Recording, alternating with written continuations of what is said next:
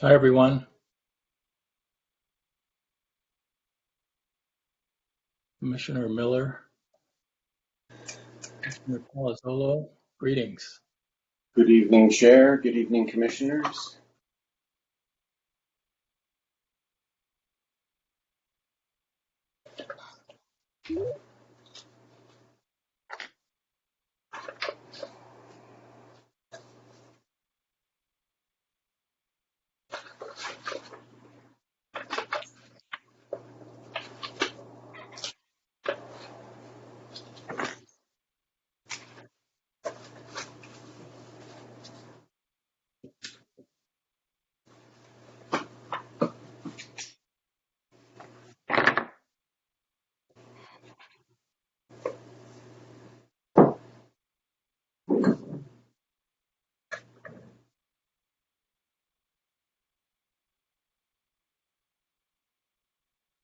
The big bottle of wine you got there. Exactly. I knew it was going to be a long commission meeting.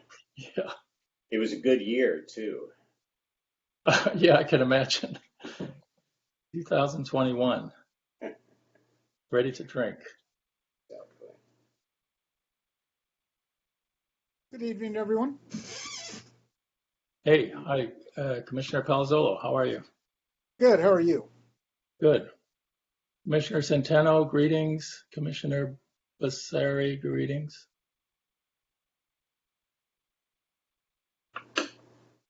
Hi. Welcome back. Thank you.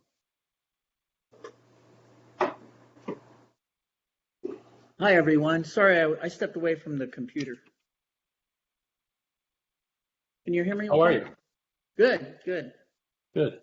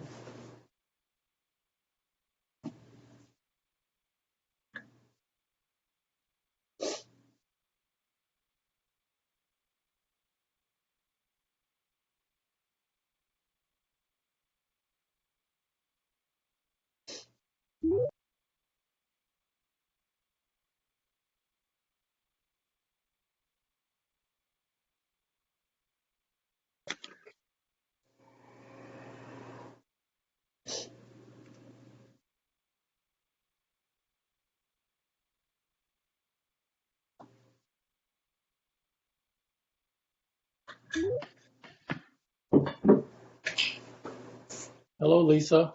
Hello, hello. Been a while. Feels like it's been a month.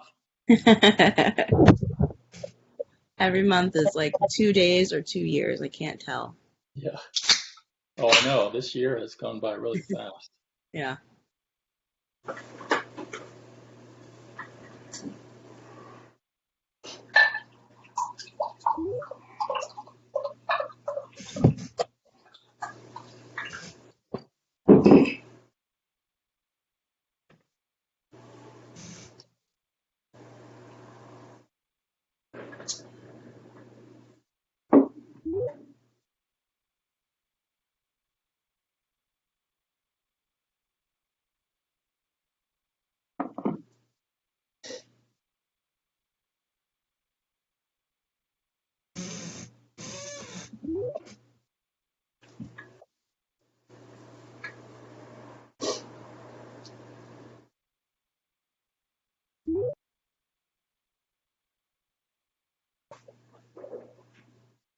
Commissioner Scott, looks like she's coming on.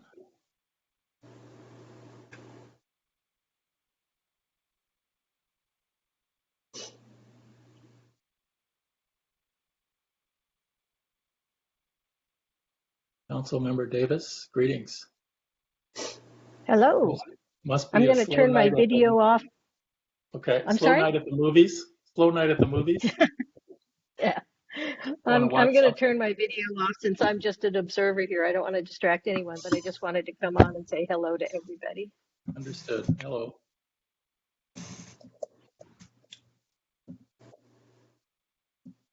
Well, while we're waiting, I just want to say that I had last weekend with seemingly every member of New York's finest and organizing a marathon. And it's just a reminder that behind every good event, there is a good police department deployment. That's good.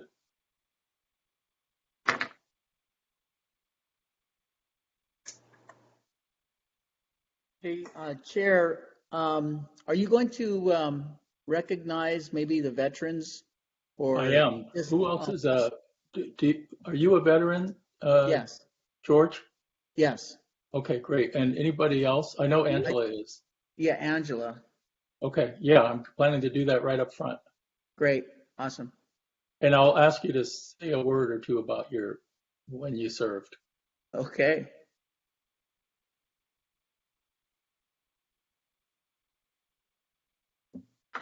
Let's see. I think we're still missing 1, 2, 3, 4.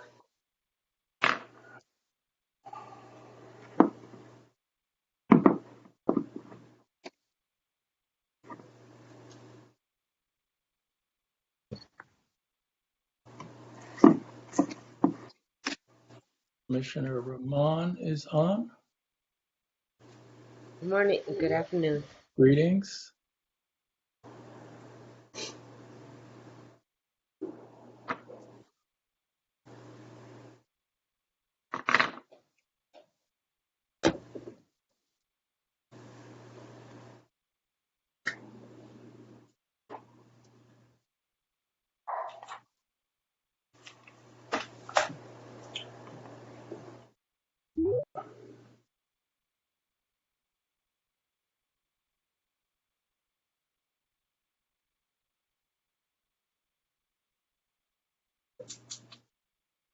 Deputy City Attorney Brandon Ward, welcome. Hi, good evening, Chair Brown. Good evening, everyone. Good to see you. You too. Commissioner Devermont is on. Hello. Hello.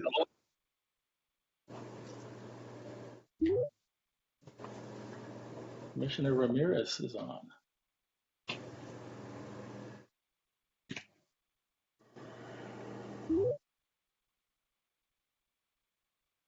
Greetings, Commissioner Ramirez. Looks like Commissioner Mota is on. Hello, Commissioner Mota. There we go. And Commissioner Cruz is on. Look at that. All right. Well, Lisa, I think we should get started. There may be some city officials and the chief is going to join us. Unless you think we should wait a minute or two. I think we can start. Are they the first things we're getting to? Let me look at the agenda. I can just check on their ETA if they're Okay. up front.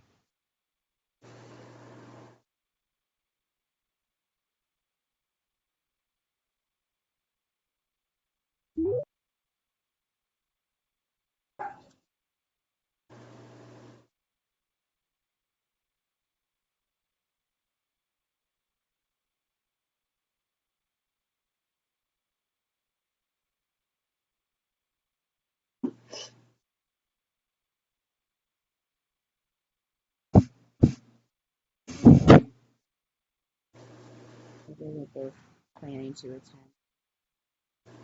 Just do a little quick check.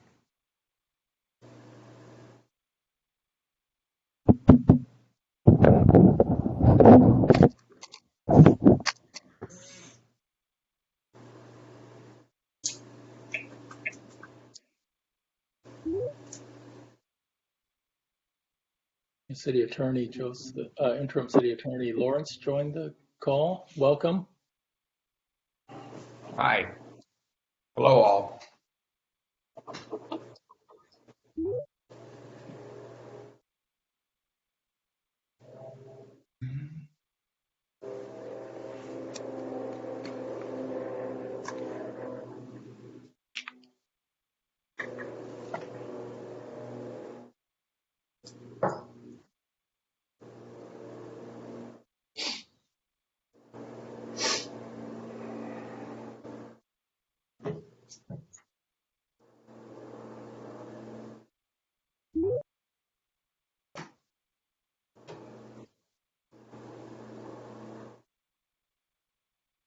Lisa, any word on the chief? I'm checking email right now. Okay.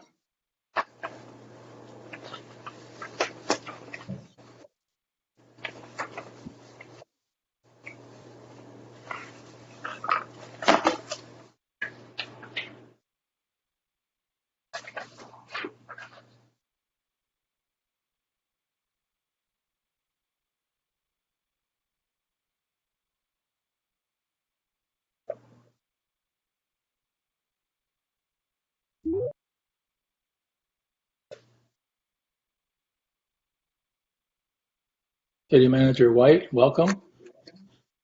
Welcome. How are you? Good, good. We're going to start in a moment. We're just trying to hang on for the chief. He'll be right in. We were coming from a joint meeting together, so he'll be over in probably 3 more minutes. Okay. I would imagine. Hi, Joe. Hi, how are you? Good. Nice to see you.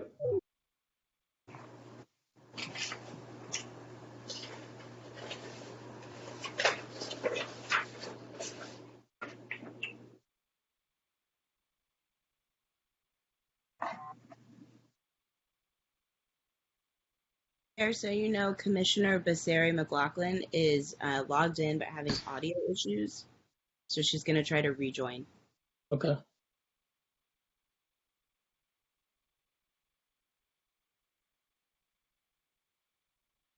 Hi, Lisa.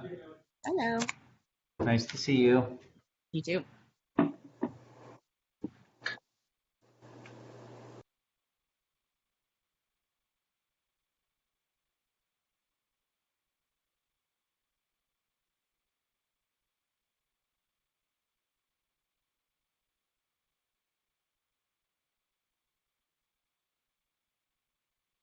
Got good attendance tonight for the commissioners. Looks like we've got a full slate.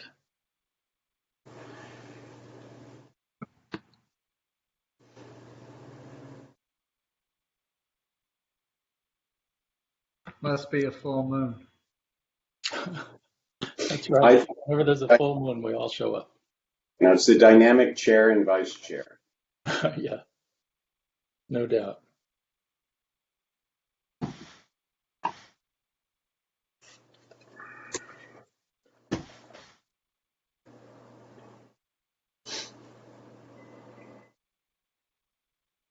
Oh, Chair and everybody else, I'm so sorry that I didn't make it to the last meeting for the community thing. I had to attend the New Heroes celebration, and we were presenting. I was presenting, and I completely mixed up the date. So I am so sorry. That was like a 2-hour long affair. I thought you were here at our October meeting, if that's what you're referring to. Yes. I remember that. Yes. I believe Chief Batista has joined us. Welcome, Chief. We're going to get started. I'll be right back to you in about 5 minutes, but we're going to get started. Lisa, I'll ask you to call the roll. All right. All right. Commissioner Basari McLaughlin.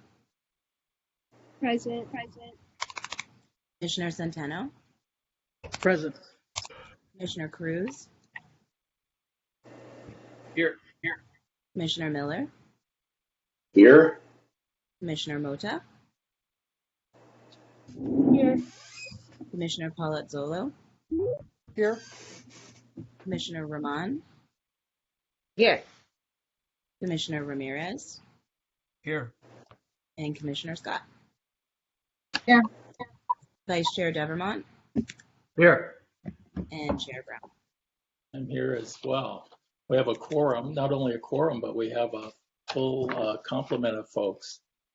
I want to say a word about Veterans Day, but first I want to recognize some of our guests tonight. We've got City Council Member Davis in the audience. She's going to turn off her video so as not to distract us. But we also have City Manager White, Chief Batista, Interim City Attorney Joseph Lawrence, our Deputy Attorney Brandon Ward. So welcome to all of you.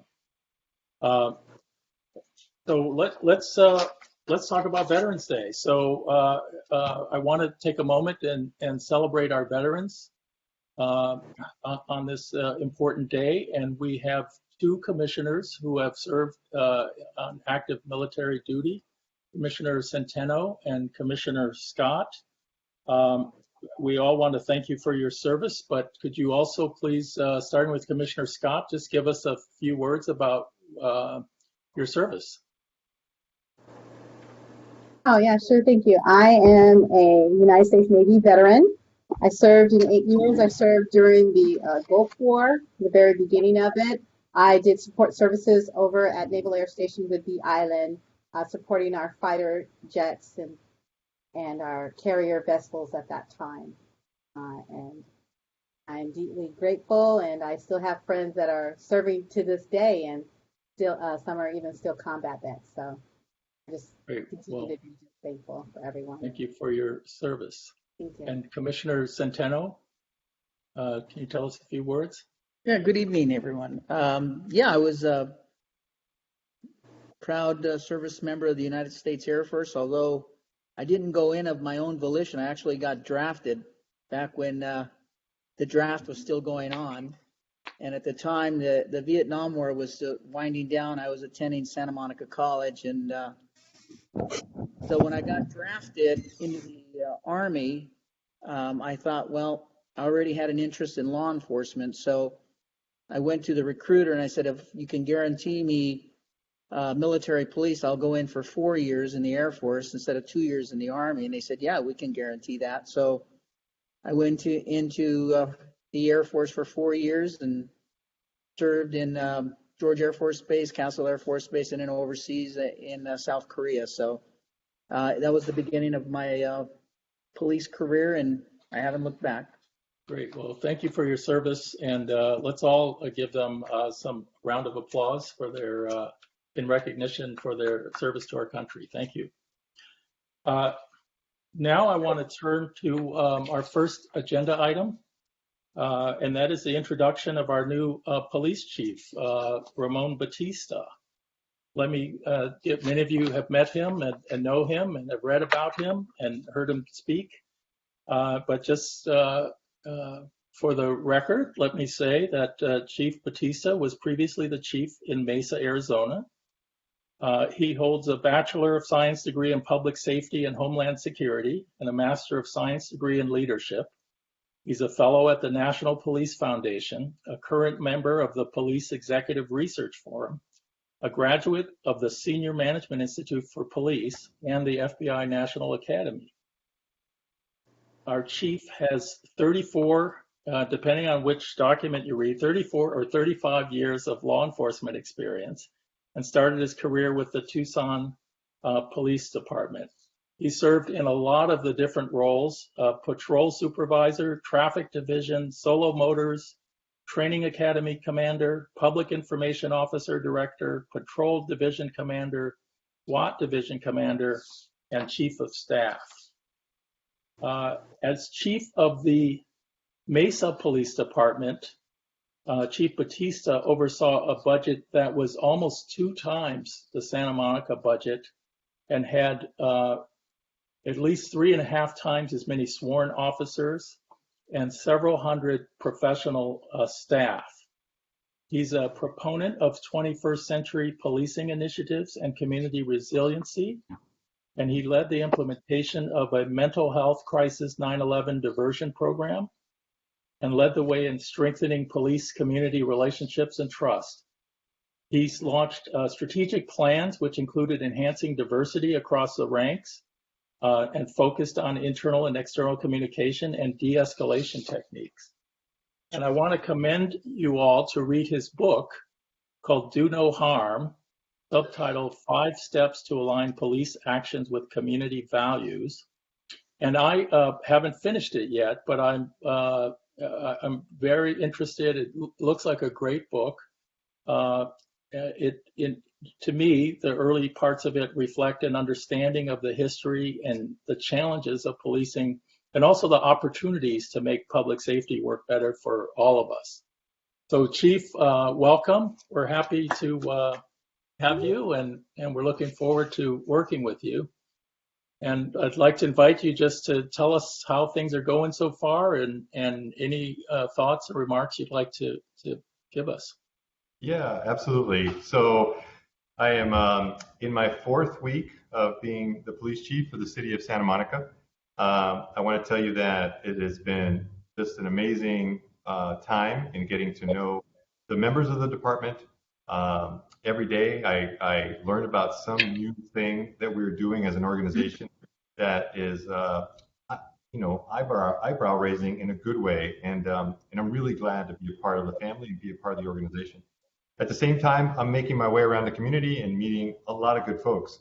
I emphasize, whether I'm talking to our sworn or professional staff, or I'm talking to members of the community, that it's important to allow for them to tell me what's going on, right?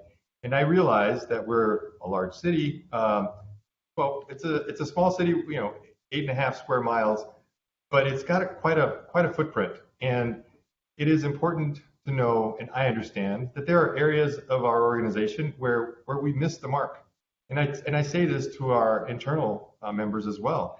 And it is that I need to know and I need to hear, whether it is internally or externally in the community, of the things that we need to improve and do better. There are areas, inevitably, that I think that we are going to reevaluate and figure out what we need to do more of. And certainly there's going to be other areas where we reconsider and redefine whether the goals and the things that we were doing today continue to be what we need to do going into the future. Like any organization in policing today, we are dealing with a staffing crunch. I have approximately 45 vacancies right now that I'm looking at. And I want to clarify, it's actually 13 vacancies, but more or less 24 or 25 members on the sworn ranks that are injured on the job and can't be at work. So that staffing crunch makes it so that we have to utilize overtime in order to be able to achieve some of the organizational missions that are ahead of us in providing public safety. And I have to find a balance of ensuring that I'm meeting the needs of the community, and at the same time ensuring that our staff are mentally healthy and resilient, and that we're not working them more than what we should in order to try to meet the needs of our community. But it's a balance, and I'll tell you that I certainly look to partnerships like the ones that I would like to form with the commission in helping spread the word, right? We all know people that have a good heart, that have the ability to serve and listen and to have empathy and can be courageous, and that those folks would be great police officers, great public servants, and the kind of role models that we want at the Santa Monica Police Department. So I'll touch on the book because you mentioned it, and I'll tell you about the title. It was definitely a visionary title, right? In a country that has 400 million guns, more guns than people. It certainly is a visionary hope to say that in policing, we want to strive to do no harm. It was written in the midst of the pandemic and in the certainly in the early eve of George Floyd dying at the hands of a police officer. And that was the impetus between my partner and I to get together and think and talk about the success that we experienced and trying to convey how it could be replicated really in any organization. But certainly my focus was on always improving policing and making it so that this concept of justice in policing and community safety and public safety, that we can accomplish both things, right? We can walk and chew gum at the same time. that it is not impossible to say that this arc of public safety, keeping the community safe, that they walk away from dangerous encounters with the police safely, and that our officers get to have those same encounters and be able to resolve them safely, and they walk away safely.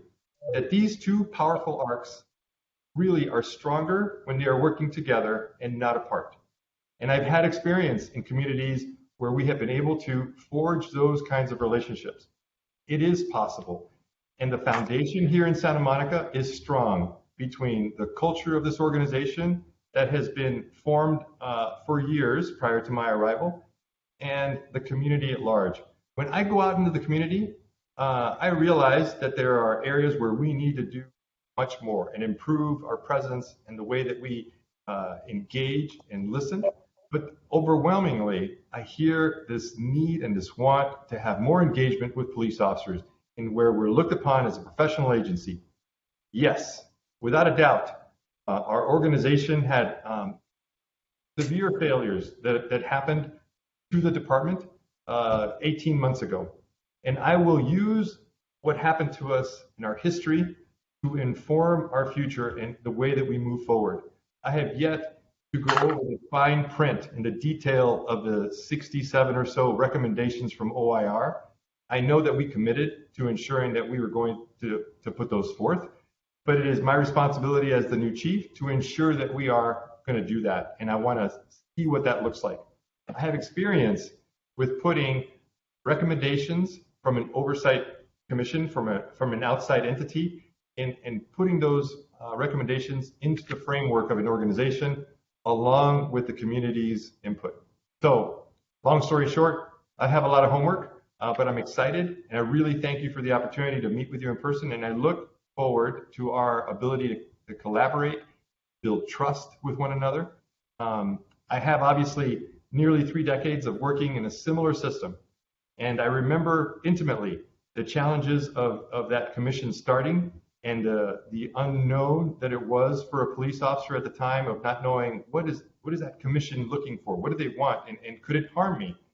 Well, I'll tell you that collectively, it is my responsibility, our responsibility as a commission, and certainly in our leadership ranks, to bring the amount of trust up to where it needs to be so that our folks feel like, hey, day in and day out, I am operating within the policies and the guidelines and the training that I've received. I am confident that I am out here doing the right thing. There's a lot of components that go to that, right? We have to go out there and hire and recruit the right men and women that have that heart of service and that courage that is necessary for a portion of what they do. And that's on us. We got to continue to recruit and get the right people in here. But it is also a component of what you are going to do for us and the recommendations and the expertise that you bring to the table. And I look forward, obviously, just to how this will evolve over time. And thank you for this much time. I have so much more to talk about. I love this topic, and I look forward to more engagement. That's great. Now, are you open to take a few questions from commissioners? Sure. Okay. Folks, what questions might you have for our chief? Commissioner Miller? Well, I'd first like to say that I was the first on my block to acquire the book. And as impressive as that sounds, I want you to know that George Brown is on my block. So, so I feel that I was very up on things. I want to see the metadata on that. Speaking of up on things, Chief, I just had the opportunity to hear the Santa Monica Police Chief speak the words severe failures, and he used a plural with regards to 531. And I want to just acknowledge your honesty and candor and honestly say, hallelujah. It needs to be said, and I'm extremely grateful that you said it. I want to ask just one quick question. You are, among other things, a published author. I am the son of a public high school English teacher, so I consider us both somewhat students then of semantics. And what I want to ask you about is the use of superlatives. And I have both a question and a request. Have you noticed that it is overused in police culture, in our police culture, and to the effect of diminishing those very frequent instances when our police officers deserve the superlative words to describe their performance? And so I just worry about the representations we've had from prior leaders, that a seeming insistence on everything is superlatively wonderful in the face of extreme evidence to the contrary. Thank you, Chief. Thank you, Chair, for indulging the question. So, Mr. Miller, you guys, I should tell you, right? Listen how informal I become. I'm calling you guys. But I feel as though I know you simply because I've been watching a lot of commission meetings over the course of many months. And I've gotten used to getting to know you as almost as individuals in your style and the questions that come to bear for you, the things that are important to you. And I know that in your long question there was a question. So what it is I want to tell you that our organization is made up of people, right? And they go out there and they have voluntarily, obviously, said that they're going to go out there and take on the risky behaviors and risky engagement of being a police officer in today's environment. And I mentioned at the start of this how the goal is to, in policing, not do any harm when we know there's so many weapons out on the street. The thing that Phileneus Floyd said during his testimony in front of Congress when they were trying to pass the policing reforms at the federal level really stuck with me. And he basically, what he said at the time was that he hopes that when police are called, they are looked upon as the answer to something and not the problem. And that is the kind of lens that I look at what we do. That is incredibly difficult, right, to accomplish and to hit those marks in our everyday society when there's so many things that are out of our control. And so for our officers, when they go out there and they do the work in the environment that they do, which is outside, it's unpredictable. Often we are called to help people in situations where they're experiencing their worst day. And add to that mental illness or addiction to drugs, and it makes it really difficult and challenging. So the way that I want to get the best out of them to show them that I am supportive of what they're doing is to be encouraging and to be publicly yelling from the rooftop some cases about the times that we got it right. Last night we had a young man, 17 years old, teenager, who, for I don't know the reasons, but he was carrying a replica Glock handgun that looked just like a handgun. It was a BB gun. Our officers responded on a man with a gun call. In many parts of the country, and I'll tell you, Tamir Rice comes to mind in Cleveland in 2014. In many parts of the country, the response to a man with a gun in a situation like that, especially at a place like the pier, is one where they're very focused on what the threat could be. And many times, as we've seen, not just with Tamir Rice, I bring up Tamir because he was a child. I look at the 17-year-old and I think the same thing. And I think about the difficulty of resolving a call for service like that successfully. And it wasn't just last night, but it's been time and again that our officers hit the right tone, make the right decisions, and it's all part of the culture. It's all part of the training and the people that we recruited to bring here. And so in those instances, Mr. Miller, I am going to celebrate our success in those situations. I want that to be the norm. I want them to see the recognition of how important their work is, and I can never stop praising them in something like that. But that's not to say that I see your point of the superlatives and the use of superlatives. I get what you're saying, but at the same time, I am our community's police chief. I am this organization's chief, and I will always look to help our organization feel good about the work that they're doing in our environment, and at the same time be cognizant and take ownership of the times that we make mistakes. Thank you, Thank Chief. you. Commissioner Scott and then Commissioner Centeno, please. Thank you, and welcome, Chief Bautista. I too, like Commissioner Miller, first of all, am a daughter of an English professor, the son, retired professor emeritus, if we're going to do the whole English semantics, and an author, actually, a published author and editor, but another time, another story. So I have a question regarding the previous challenges you might have faced, as in doing policing and reform, and with that, what attracted you here to Santa Monica as another prime place for helping us reimagine public safety?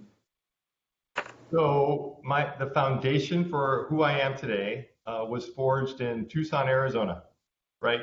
3 decades of coming up in an organization that was very progressive for their time. They did things in that department that were just beginning to be tried around the country.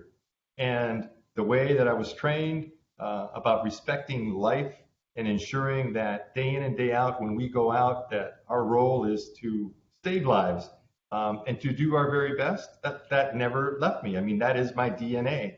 And so, yeah, I would say that in the past few years, I've taken on a mantra of a reform-minded police chief. But I'll tell you that it goes back to what I said earlier. I believe deeply that we have the ability to improve the things that we do day in and day out at the same time that we ensure the safety of our community throughout. When I say the safety of our community, I'm talking about the day-to-day engagement with our citizens and our police officers internally. I want to make sure that our police officers can make it to their retirement on their timeline someday, right? Just like I got to do 30 years, I want somebody else to be able to have that kind of goal that they achieve. So it doesn't behoove us to not ensure that we are doing our best day in and day out and not put our officers in situations that could lead to bad outcomes because we didn't take care of the right training or we don't have the right culture, we don't have the right philosophy. And why Santa Monica? Because I genuinely feel that there is an opportunity here. It is a very good police department already. The foundation is solid. I am not opposed to a police commission, right? I had 3 decades of working with one. I am a member of NACOL, which wasn't on the listing, but I am a member of NACOL. So, I am staying abreast and attuned to the needs of the country as it's changing. And so I saw Santa Monica is amazing. I mean, it's a beautiful place to live. I was born here. I mean, there's so many reasons why Santa Monica. And day in and day out, I get to experience that and live that and realize this was a great decision. Again, I'll tell you that I'm looking forward to the engagement with all of you because it's weird, right? I've been watching you for so long. And so now to have the opportunity to actually interact with you one-on-one like this, it is rewarding to me because I want to be able to build the kind of foundational trust between our officers and what you're doing and take the veil off so that there's transparency and less anxiety on both sides. If there's questions on your side about what we're doing, certainly we want to make sure that we have clarity and shine a light on those things so you can better understand and better be informed to make suggestions on how we could re-examine what we're doing. Terrific. I've got Commissioner Centeno, then Commissioner Devermont, then Commissioner Ramirez, and then Commissioner Mota. Okay. Commissioner Centeno, yeah, please. Thank you, Chair. Chief, I don't have any questions for you. I just wanted to take the opportunity to personally welcome you to the city of Santa Monica. I've been a resident here for 60 years. I don't think anybody else here has been a resident for as long as I have. But growing up, even before the Santa Monica Freeway was put in, and a little after the 405 freeway went in. So I've seen a number of changes in the city. I really liked what you said about officers going to calls when there are no answers. Police are called because there's a problem and they don't have an answer for it. And the police are called, and police are expected to find an answer and find a solution. At the very least, keep people safe and keep people at peace. I think that's the number one goal of peace officers, because it's there to maintain the peace and let everyone go home safely at the end of the day. So I look forward to working with you and hearing more about your vision, setting the tone for the police department and the police organization, and welcome to Santa Monica. Thank you, Commissioner. Commissioner Devermont. Thank you for being here, Chief. We've been in some contact, and I'm optimistic about what you're going to bring to the table. You've been on the job for about a month now. Clearly, you've been active with the city a little longer than that. I was wondering if you had spotted certain specificity, if you can, certain changes that need to be done, certain reforms. If so, what are they, and how can we help you? Absolutely. So, I mentioned to you the number one most pressing challenge right now is helping us recruit young men and women into our ranks. So first and foremost is getting our staffing back up to par, so it allows us the ability to deliver the kind of services that our city is used to. I would say that it's interesting, right, in that I come to the department, and it's a department of roughly 500 members, almost evenly split, 50-50, 49-51 of sworn and professional staff.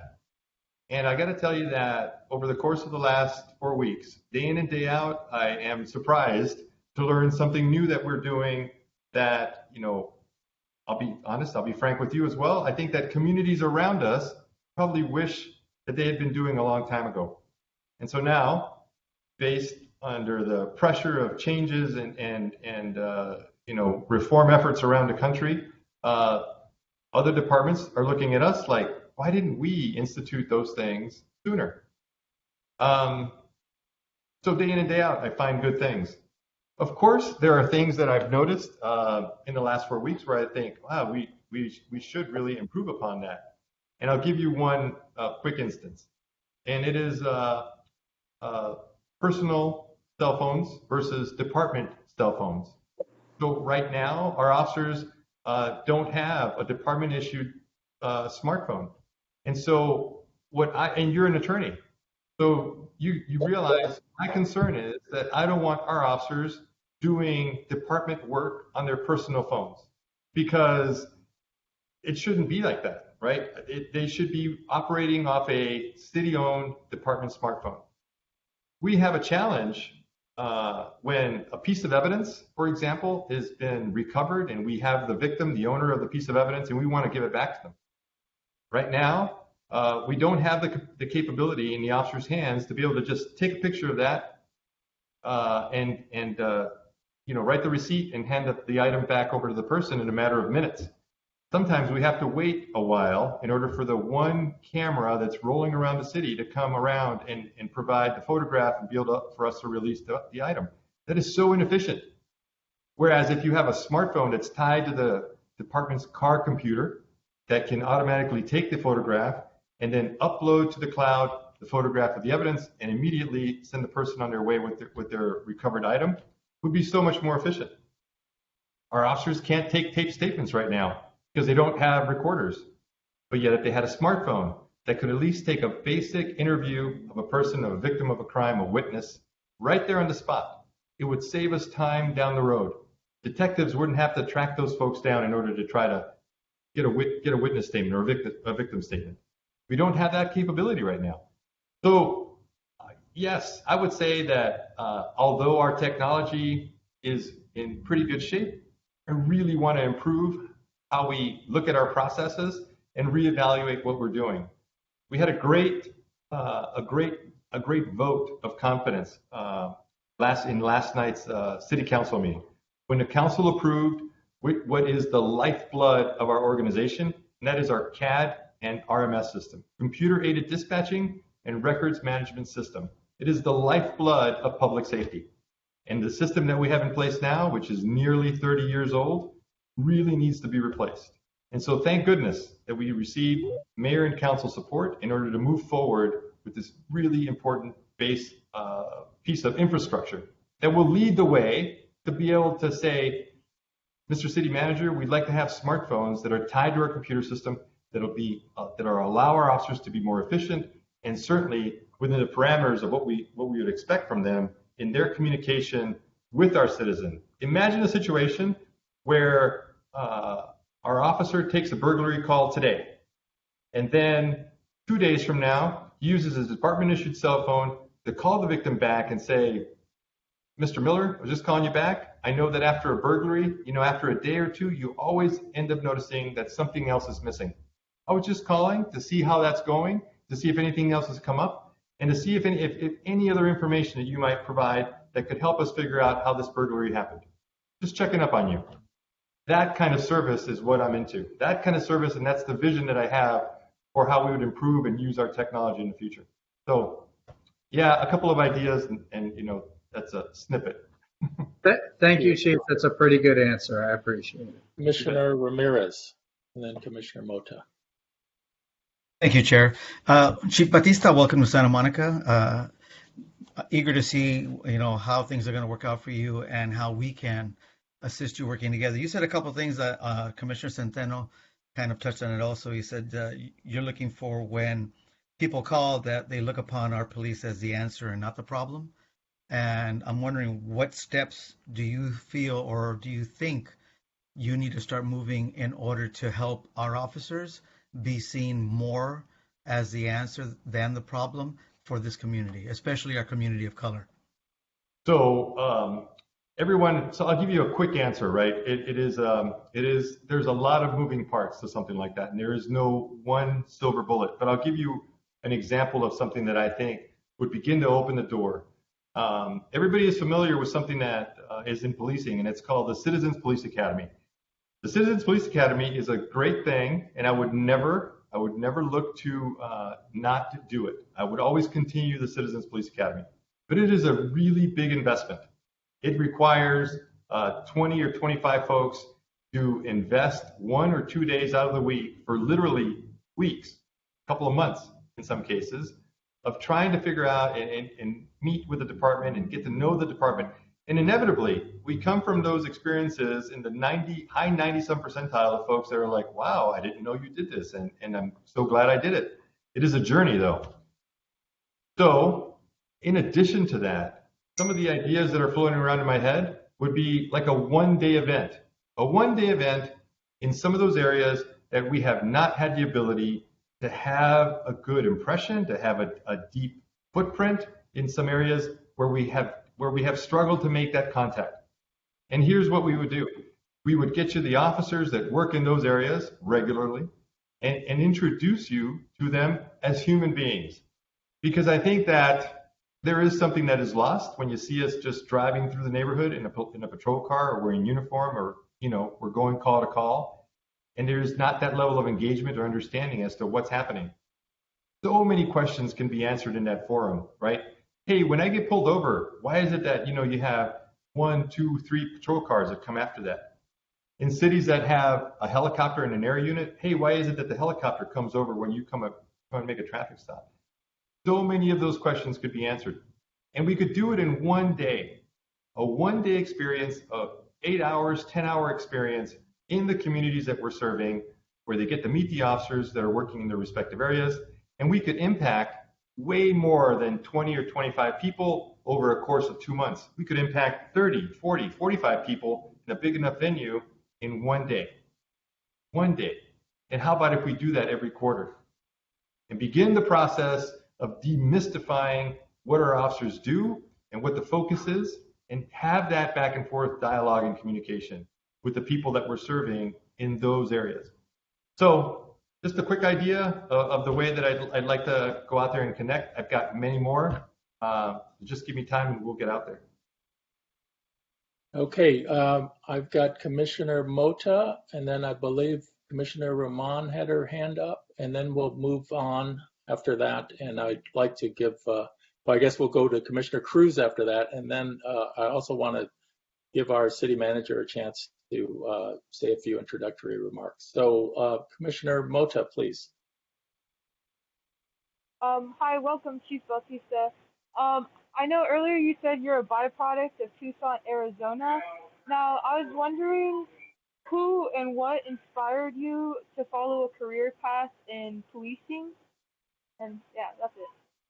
Yeah, so I'm glad you asked me that question because I've had now a really good opportunity to talk about that experience in the police department. One of the things that really frustrated me as a kid is that I had no opportunity to figure out how it was I wanted to connect with this profession of being a cop.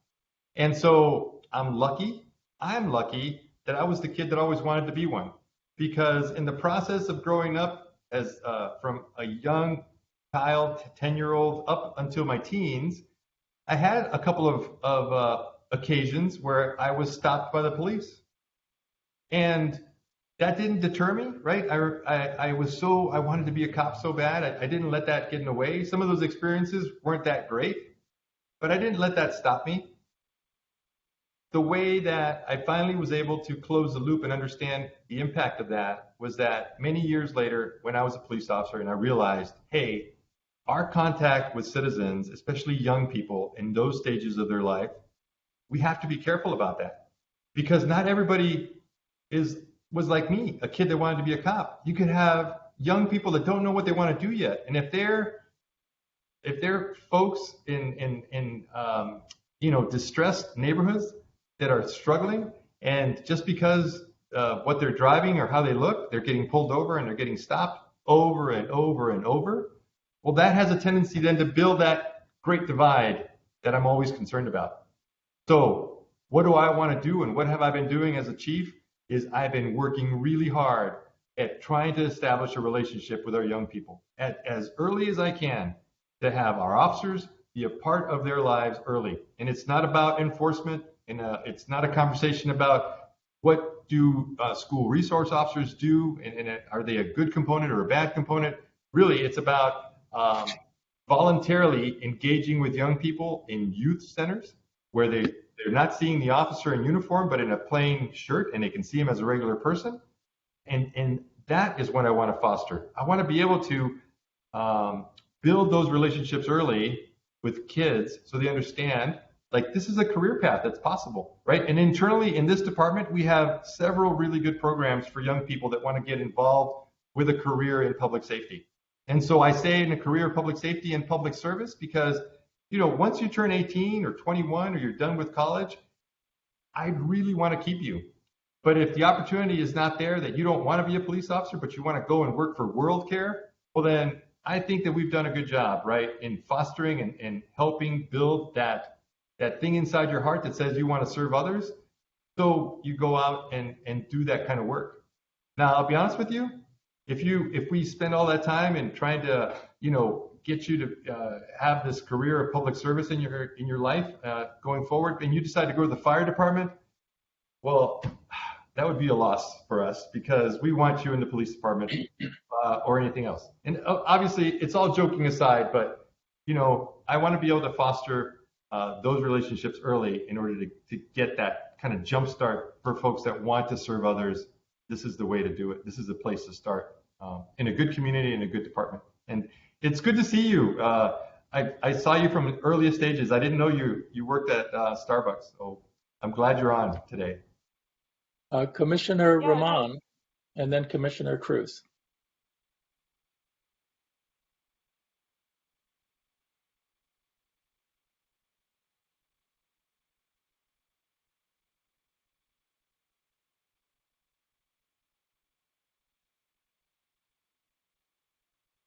We can't hear you, Commissioner Rahman.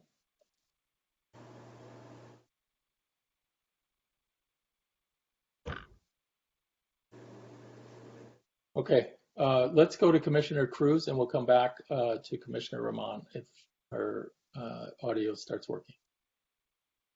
Commissioner Cruz? Thank you. Welcome, Chief Bautista. Actually, welcome home. Right after all these years, we've missed you. I haven't been living in this community that long. I got nearly half a decade, half a century rather. I'm gonna try to sneak in 2 questions, if that's okay. I'm watching you, Commissioner. All right. Go ahead. What are your thoughts on? Well, given that there's a shift in police practices these days, the result of atrocities that have occurred. What are your thoughts on the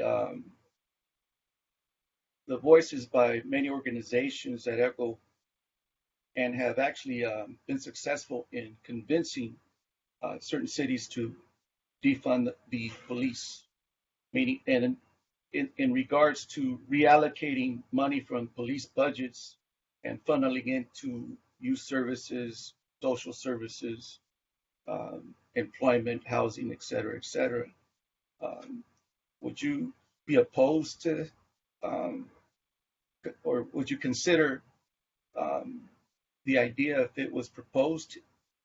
And the second question is, given that you've listened in on our commission meetings, is there anything that stood out in terms of priority based on the meetings you've listened to?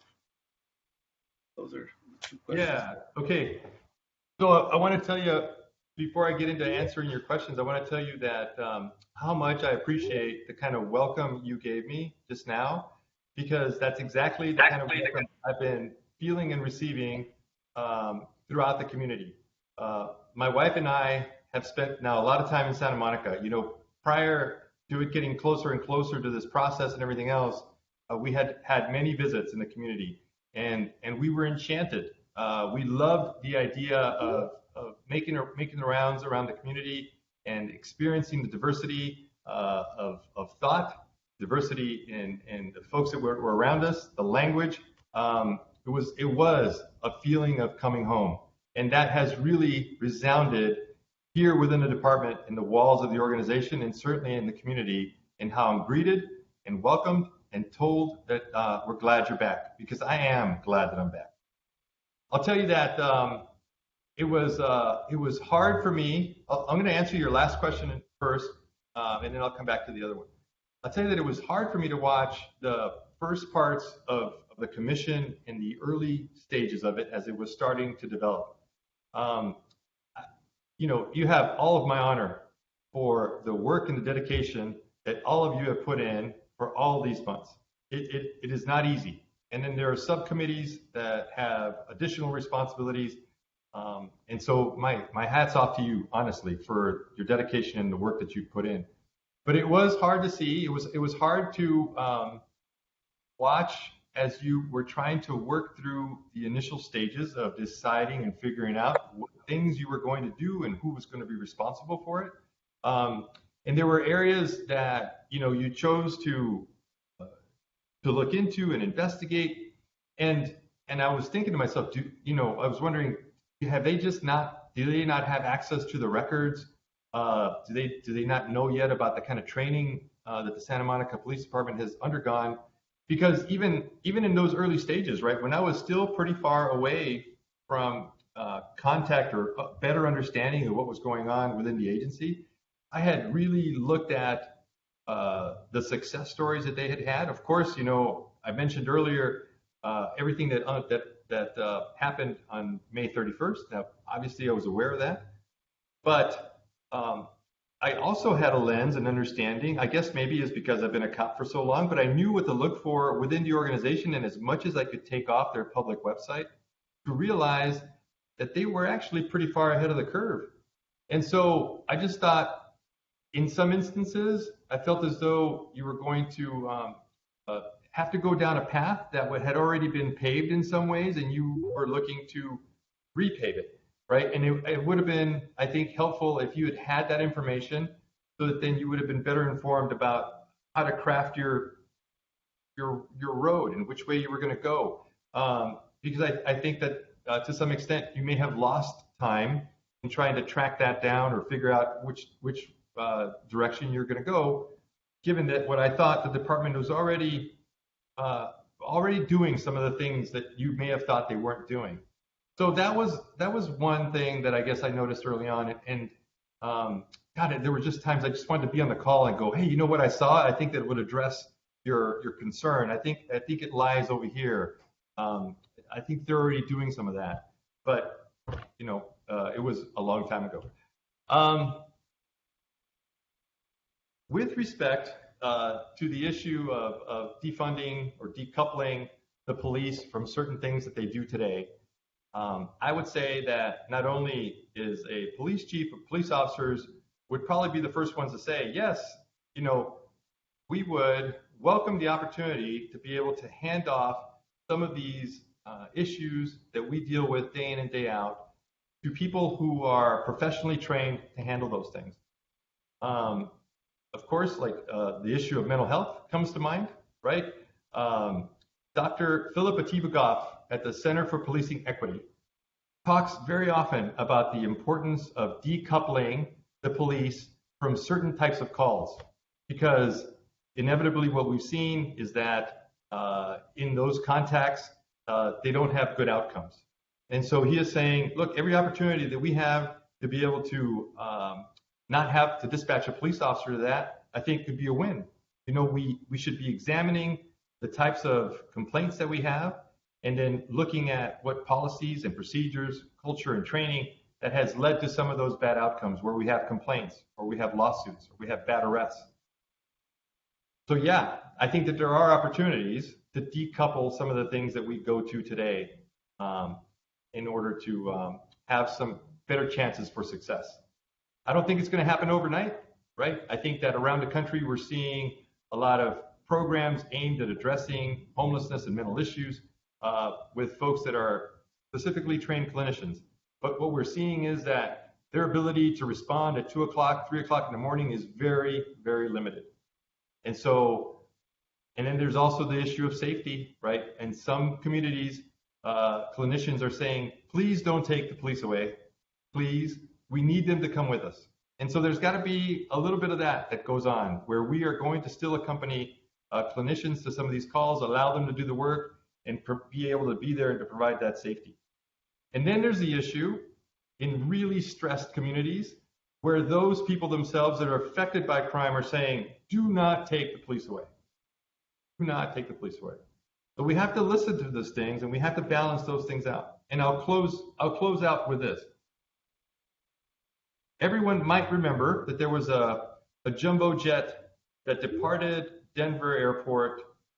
I want to say it was December of last year, maybe January of this year. But on takeoff, the plane ran into a flock of birds, and it immediately took out one of the two engines on this jumbo jet full of passengers.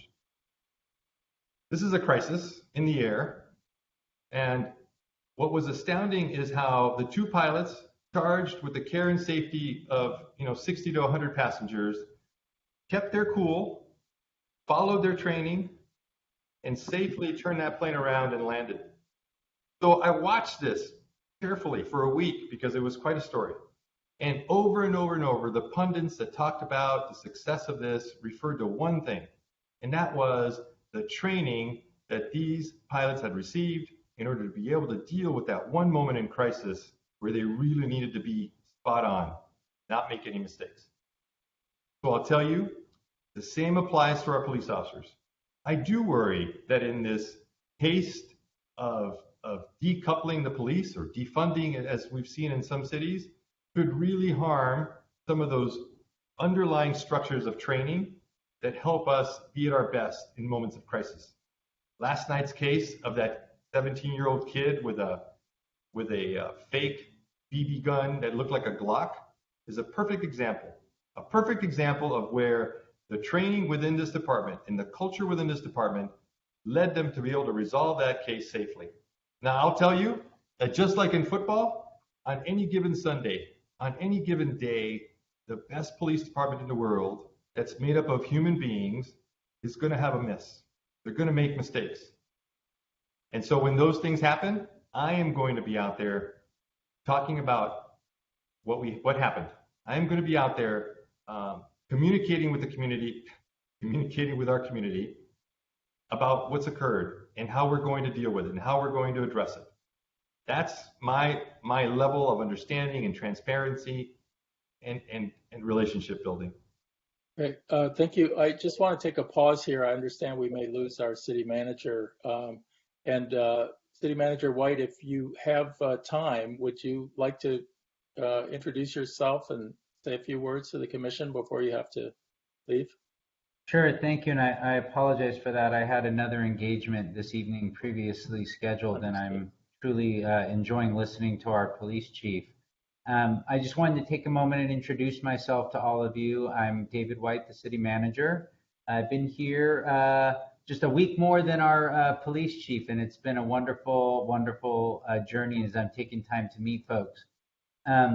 For those of you on this commission, I just want to express my deepest, profound appreciation for your commitment.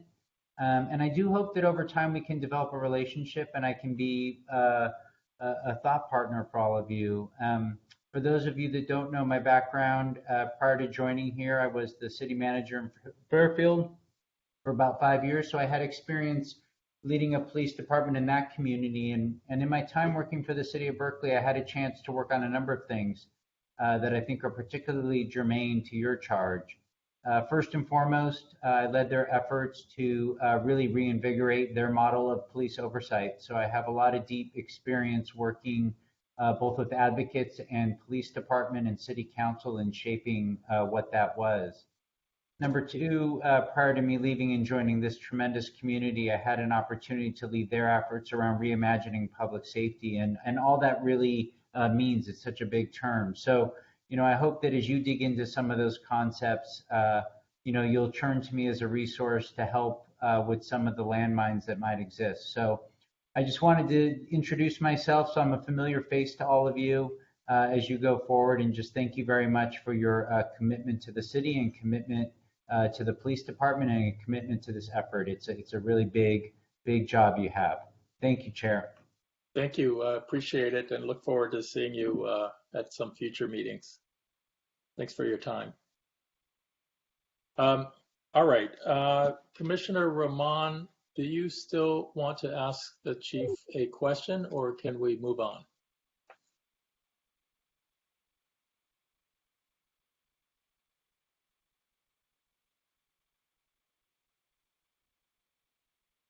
Can't hear you. I think she's trying to join through the phone audio. Oh, I see.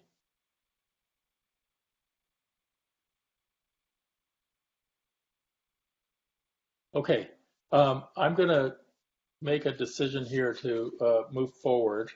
So the next item on our agenda is the listed as the consent calendar approval of minutes.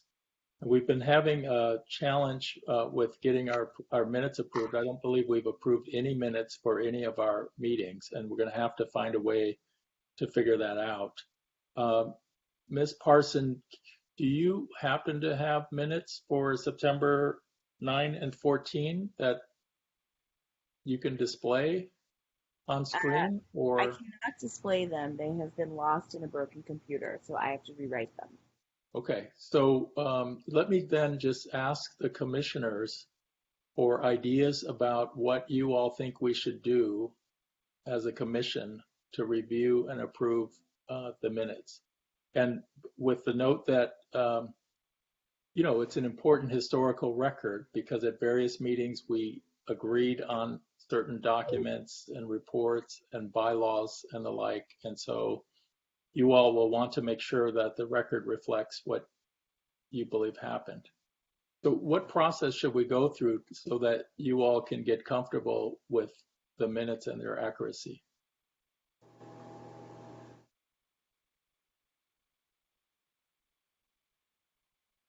Commissioner Palazzolo. Yes, I mean, every board that I have served on Generally, the minutes are sent out to the board members ahead of time, 2-3 days prior to a meeting, so that the board members have the opportunity to review them and make any notes. And then during the meeting, if there are corrections to be made, etc., the board members can speak up to that and have any discussion relative to it. And then hopefully the minutes can become approved. Ms. Parson, can you comment on that suggestion? I can. Historically, I have sent the minutes to everyone, and I do post them to the SharePoint, and have asked for feedback before, moving them forward to be finalized. I have not gotten any feedback. I could create some sort of a sign-off sheet or something like that, or if all of the commissioners want to email to confirm they've read and have no changes, that's another way to go about it. But I think the issue is just, I don't want to submit things as final documents that haven't been reviewed, and right now I don't have a way of knowing when they've been reviewed. Commissioner Miller. So potentially helpful suggestion, and I don't know regarding this, perhaps the city attorneys can chime in, but I'm wondering if this issue and perhaps others speak to the need for perhaps some volunteer support, if that's allowed, because, we can keep turning to Lisa Parson, and there's only so many hours in a day. The woman works hard, and,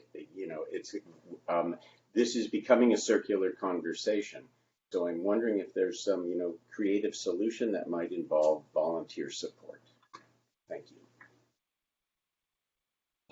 I guess that may be a question for Ms. Parson or Deputy City Attorney Ward. This is Joe Lawrence. I'll chime in. This issue cuts across almost every board and commission. There have been various conversations within city government about how to staff commissions going forward. And right now there's a shortage of people to do it. And so we're trying to look at creative ways to work our way through, and perhaps volunteers might be a thing. That issue precisely has not been raised or thought through, but it's worth pursuing. But it's not unique to this commission. It's unfortunately not unique to this commission. So let me suggest to Ms. Parson that maybe you become a thorn in the side of each of the commissioners and push them to respond to specific, maybe take one or two at a time and just bug them to look at it and respond and give their input. I'll do my best. We'll see how that goes. Okay. So the minutes are tabled. Let's move to agenda item 3A. Ms. Parson, can you read that agenda item? Agenda item 3A, discussion of accountability systems, standing committee topics, including preliminary ideas regarding potential modifications for handling of complaints, discipline, and investigations. Okay, and please make sure we call for public comment. I was just going to ask you that. Are there members of the public wishing to speak? Seeing none. Okay. So what I wanted to do is just tee this up. Sorry to interrupt. There is one. Okay. Can you go ahead? It's from Andrew Nassatir, if you're still interested. Mr. Nassatir, please go ahead. You have the floor.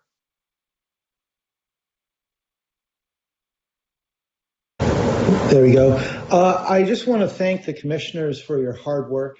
I know you're volunteers. I'm thrilled that you're doing what you're doing. I'm the co-founder of Santa Monicans for Democracy. I just want to say, again, thank you for your hard work. And I want to just jump in and just say I want to support the Devermont Miller report in all its glory. And I'd like to give Chief Batista 2 thumbs up for his passion, and I think that this report will help him with that. And Thank so I you. just I wanted just to want jump to in with say that. we're just taking comment right now on agenda item 3A, which is a very much more narrow point. Okay. So no other public comment, I take it, Ms. Parson, on this one? Okay. So what I'm hoping to do here is a couple of things. One is in the ordinance, we had a deadline of the end of October, I believe, to give a preliminary report to City Council reflecting our views, our initial views on whether there should be changes to the system of complaints, discipline, and investigations. And the Accountability System Standing Committee is doing some work to collect those ideas as part of its mandate. I thought we'd take a moment to hear from the chair of that committee and just understand what the process is and what the expectations are going forward. So Commissioner Devermont, would you tell us what's happening with that committee and what the topics are in the process? Sure. So the committee met and we laid out a calendar. There was a necessity for some members of the committee to undergo some investigation and catch up on some things that'll be necessary for us to really complete that work, that report that you said. The calendar is as follows. The next meeting will be November 15th. That'll surround the issue that is primarily on our table regarding complaints and processes. For that, we've been in contact with Ms. Parsons knows Lieutenant Rudy Flores and Chief Batista, who have been enormously helpful in securing guests. We're expecting somebody from Internal Affairs, a line supervisor from Patrol per Commissioner Centeno's great suggestion.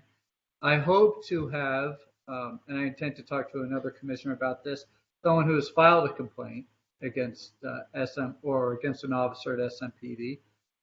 And perhaps if he has time, I know he's very busy, maybe the new chief, but obviously the chief is very busy. I think the other officers just by themselves would be satisfactory. It's obviously going to depend on his calendar. He's already been very helpful. On December 6th will be the meeting after that. That'll focus on body cams. We hope to have at that meeting somebody within Smpd who is responsible for the technical aspects and the maintenance of these body cams as well as dash cams, including demonstrations as to how they work, how they're muted, how they're activated, and their limitations. We are planning to secure the policies currently in place before that meeting. On December 20th, we'll have a meeting regarding decertification and recent legislation, specifically surrounding the recent Senate bill that was passed. Once again, hope to have a guest from Internal Affairs, and if the chief would grace us, that would be great too. Obviously, as I said, very busy. A standing committee, might be a stretch, but obviously very always welcome and beneficial. On January 10th, an issue near to my own heart, we're going to have a meeting regarding Brady evidence, specifically regarding Smpd's maintenance or lack thereof of a Brady list. Guests I hope to have are the current interim city attorney, Mr. Lawrence. I've reached out obviously to Chief Batista on that one, and I plan to have Ms. Terrell from the Los Angeles County District Attorney's Office, although that is not confirmed, as well as a rep from the POA, who I think it should be there as well. That is what we have planned for the next months. Commissioner Centeno has a question, so please go ahead. Or a comment? Sure. Yeah. Not necessarily a question. I just wanted to,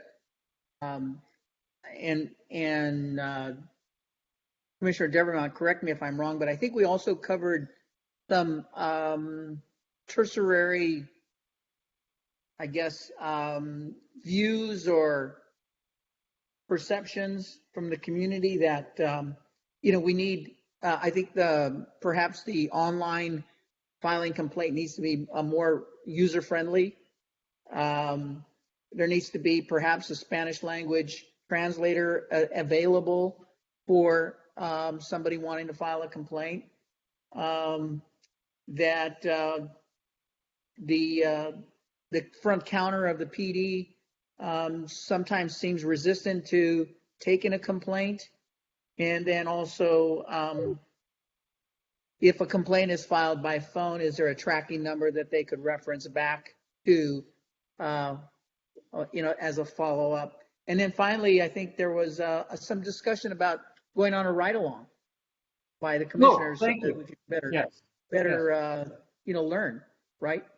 Yes, thank you. All those things were talked about, and we plan to cover at the, I'm sorry, that's my guard dog, November 15th meeting. Those are all subjects that we will get in depth on November 15th.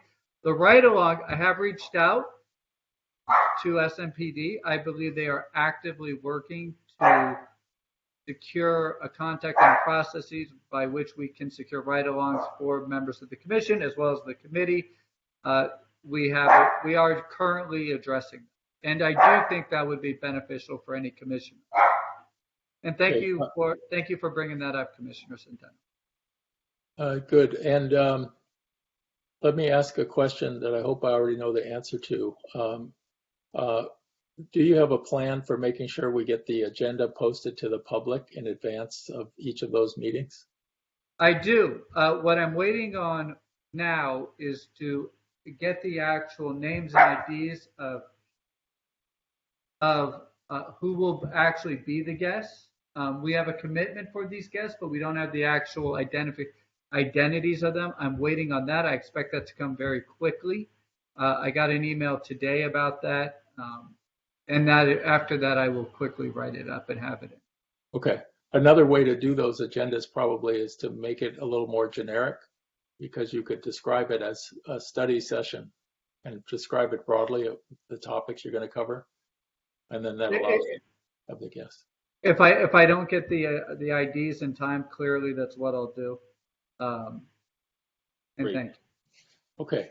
Any other comments on this agenda item before we move to the next one? Okay, I don't see any. Ms. Parson, how about calling 3B? Item 3B, discussion of Inspector General status and expectations for working at the direction of the Commission. Should I start this discussion? Well, let me prompt you and then you can start it. So, Okay. Call for public comment again, sorry. Oh, okay, I don't, do that first. Okay. just wanted to do a pause.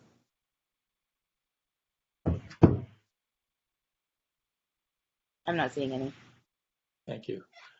So I wanted to kind of tee up this discussion to see if we can get any updates from the staff about what's going on with the Inspector General.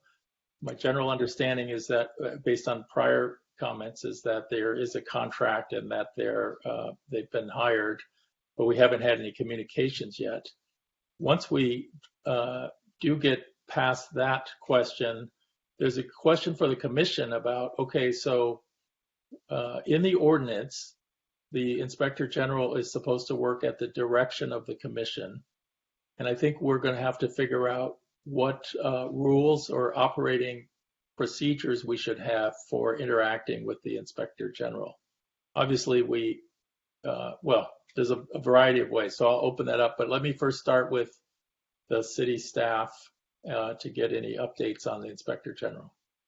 We are moving along. The contract is in signature process. There are 3 remaining now, one of them being the OIR group. Once they send it back, then it just needs 2 final signatures. They are very ready to sign, so we are making good progress with that. They've completed all of their paperwork, etc., as far as I know. So we should certainly have them on by the next meeting, most likely before then. Okay. So now let me just ask, and I'll call on Commissioner Palazzolo, this general question of what do you all think we should do as far as how we interact with this Inspector General? Commissioner Palazzolo, please. Well, at Tuesday night's city council meeting, report from the closed session sort of, I think, put some additional parameters on how the commission deals with the inspector general. Maybe the city attorney can talk about that.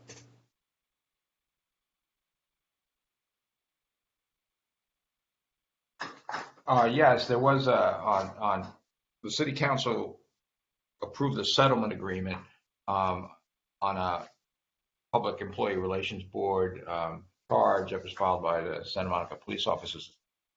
But that settlement agreement, under that settlement agreement, the city council agreed to consider at a future meeting proposed changes. So those proposed changes are just now proposed. They haven't been voted on yet. But I'm just looking through my draft of my version of the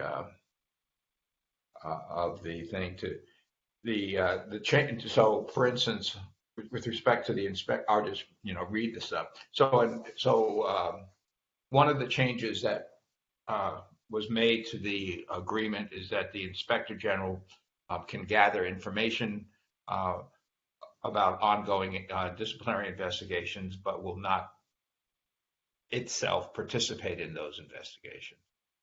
To the extent the inspector general has, somehow obtains confidential information that cannot be disclosed. And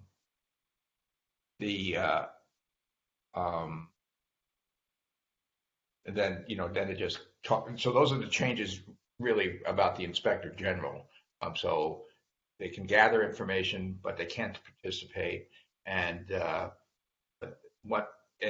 if they find out information from personnel records that is otherwise confidential under state law, they cannot reveal that either.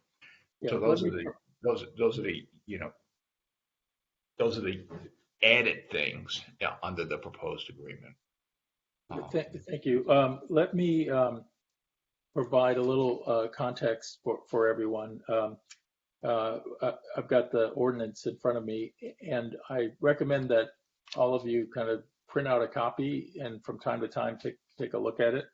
The first sentence in the ordinance that relates to the inspector general is not being changed at all by the agreement. It says the commission shall be supported by an inspector general who shall be a contractor retained by the city manager's office, but shall report to and receive direction from the commission.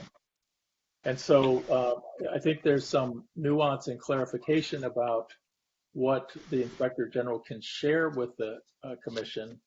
For example, information that's prohibited by state or federal law to share, the inspector general can't share. But other than that, there's the inspector general is supposed to support our work, gather information that we need, provide expertise, give us insights from their experience in working in law enforcement. And so it's I think, a potentially very valuable aspect of how the commission can work. And so that's why I wanted to tee up for you all. What do you have any ideas about how you'd like to work with the inspector general? Commissioner Rahman, do you have an idea? Sorry, I still can't hear you, but Commissioner Centeno, please go ahead. Yeah, thank you.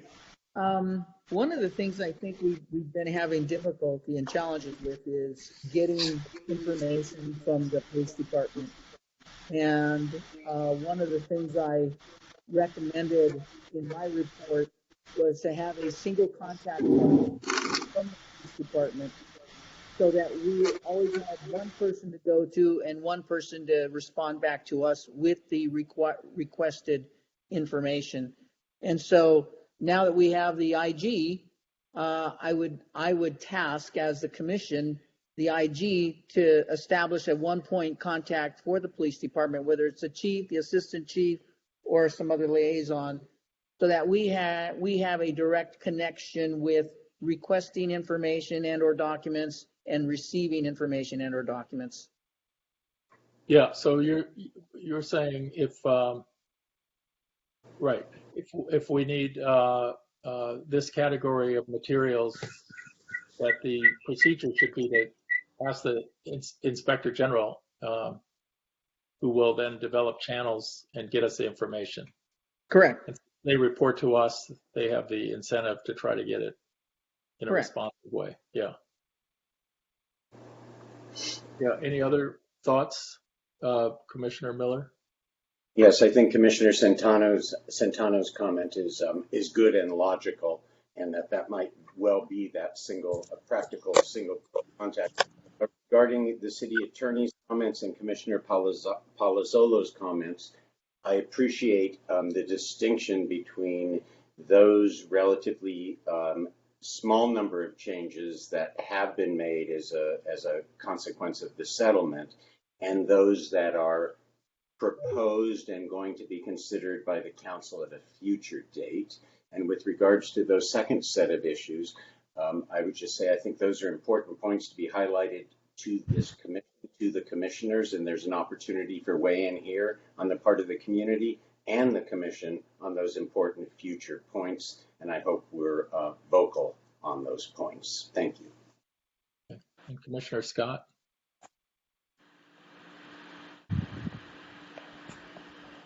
With respect to communication and tracking that communication, when, say, for example, one of the commissioner makes a request of the inspector general, are we going to be logging what these requests are specifically? Like, how are we controlling the communication? Not necessarily controlling, but how are we making sure that it is very transparent amongst all of the commissioners what is being asked, with respect to how we are looking into cases? I'm just wondering how we're following that.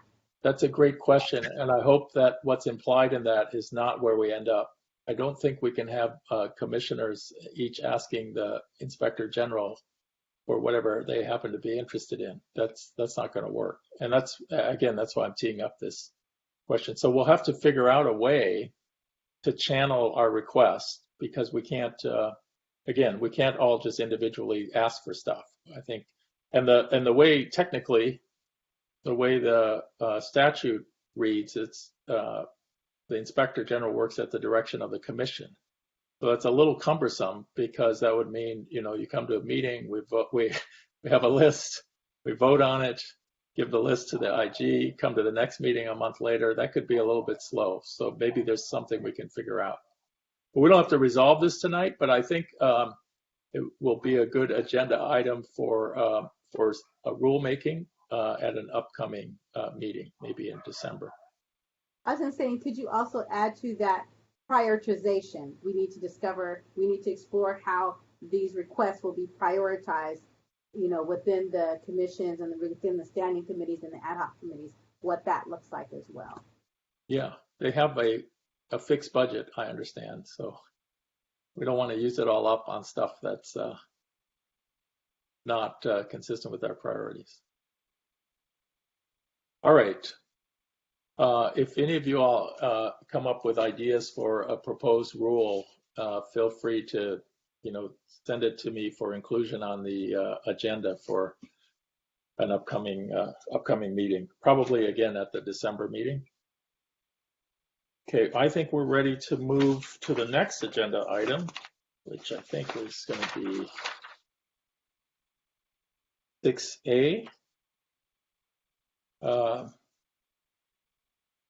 Ms. Parson, do you want to read that one out? Sure. Item 6A, receive and file update or staff report on the status of information requested by the Commission regarding complaints, discipline, and related matters. I believe during our last meeting, some of this information was received. And if there are additional items that we're waiting for, Chief Batista had to step away, but Deputy Chief Jacobs is on the line. Okay, so Ms. Parson, I think at the last meeting, you mentioned that there were still some outstanding items. And I'm also going to tee up Commissioner Devermont or anybody on that Accountability Systems Committee who's looked at the documents. Are there still items that haven't been provided? I believe there are. I believe some we've been told the police department currently doesn't track, but that they are going to start tracking. I didn't write it down for today's meeting. Wasn't aware it was going to be an issue. I'm happy to dig deeper into it and track it. There were some items that I believe were missed. And Commissioner Centeno, you have some information on that? I know that I think right after our meeting, it may have been the next day or the same week, but I believe that the police department did submit some documents. They are on SharePoint. Particularly on there is a data spreadsheet of the number of complaints received by the police department, number of complaints sustained, unfounded, not sustained, and or exonerated. For going back, I believe, to 2016 to present day, so or maybe at least till 2019. So I think that was one of the documents or outstanding documents that we were waiting for in terms of accountability. Okay, and Ms. Parson, can you tell us, all the commissioners, where that information is again? Sure, it is in the Public Safety Reform and Oversight Commission SharePoint. I do want to give a heads up that I'll need to translate everything that's on the SharePoint to a public-facing site as well. So I'll probably have a new address for those documents in the next meeting. Okay, all right. Thank you. And is Deputy Chief Jacobs on to answer the question whether he believes there are any outstanding items?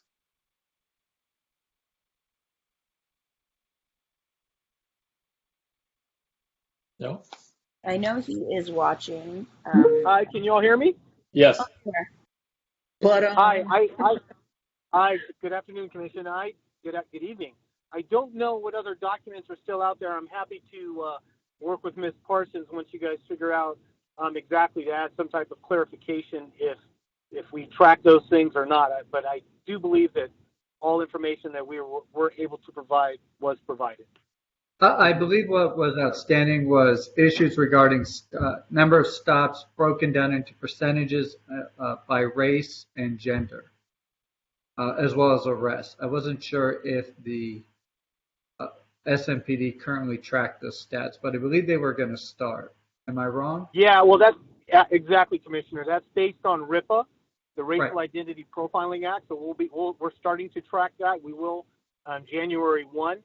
We can definitely give on our arrests, but we can't give on traffic stops because we can't.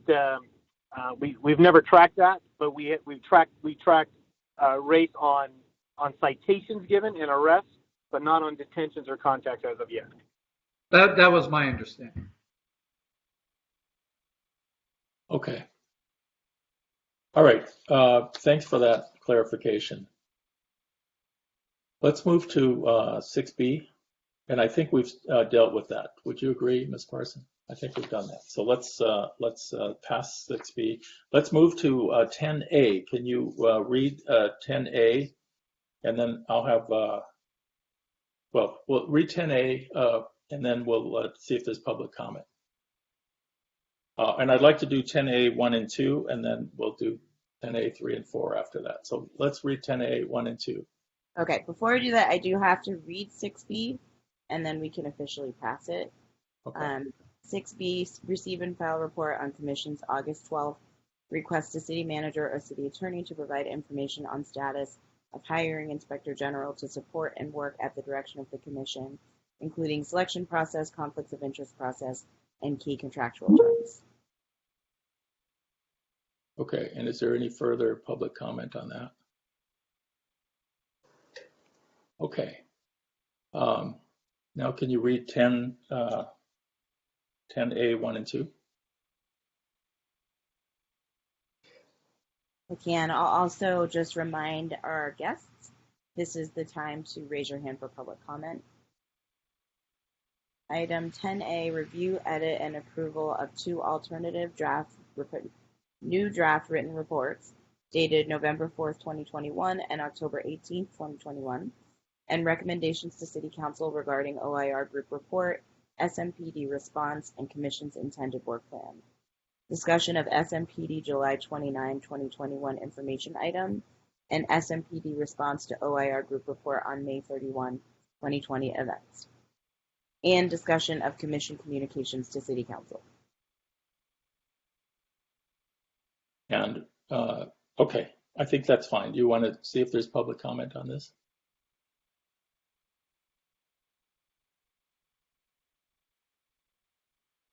There is comment from Meredith Kuhn.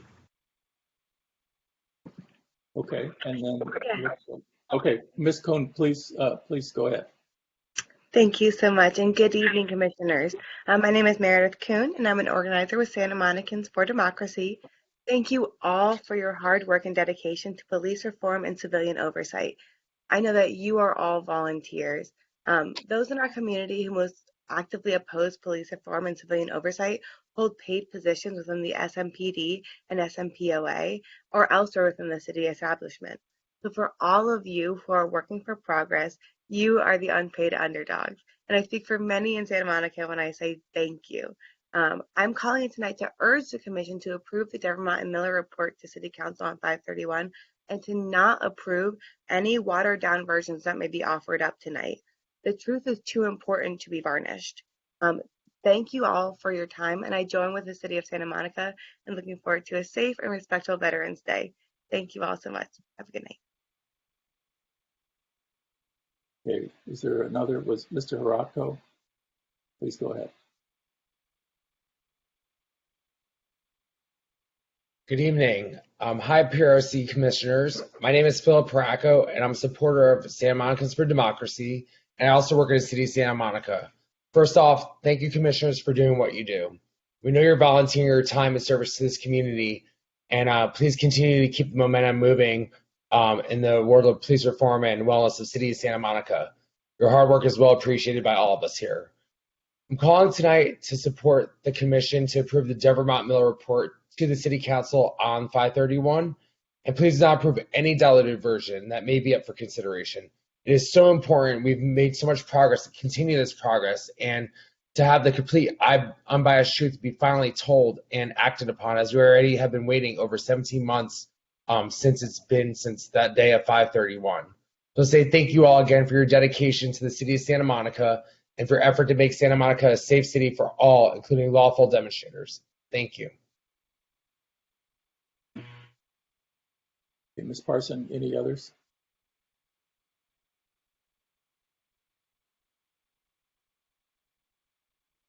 Why can't it be the Miller Devermont? So let me say a few words. If there are no other public comments, let me say offer a suggestion on how I think procedurally this could go. There's a couple different ways to do it.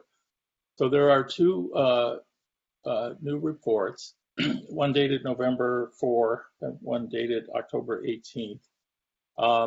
I would suggest that we do the first one, and after there's a motion and a second, at some point, if one or more of you wants to offer to substitute the entire thing for the other report and have a vote on it, I think procedurally we could do it that way.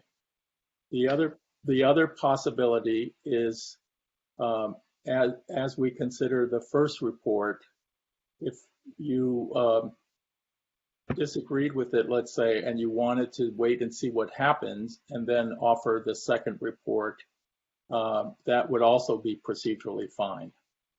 So we'll get started. I'm going to call on Commissioner Devermont first to have him explain the November 4, 2021 draft and anything he wants to say about it.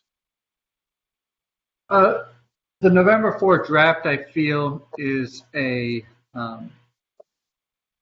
more succinct, more focused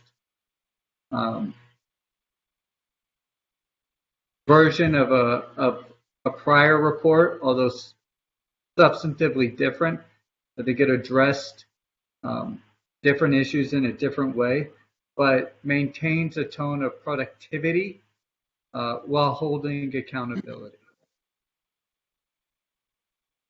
And are you going to make a motion that we adopt it? I move that we adopt it. I was going to wait to see if, anyways, yeah, I move we adopt. And Commissioner Miller? I second Devermont's motion. Thank you. Okay. Discussion? Commissioner Palazzolo, please.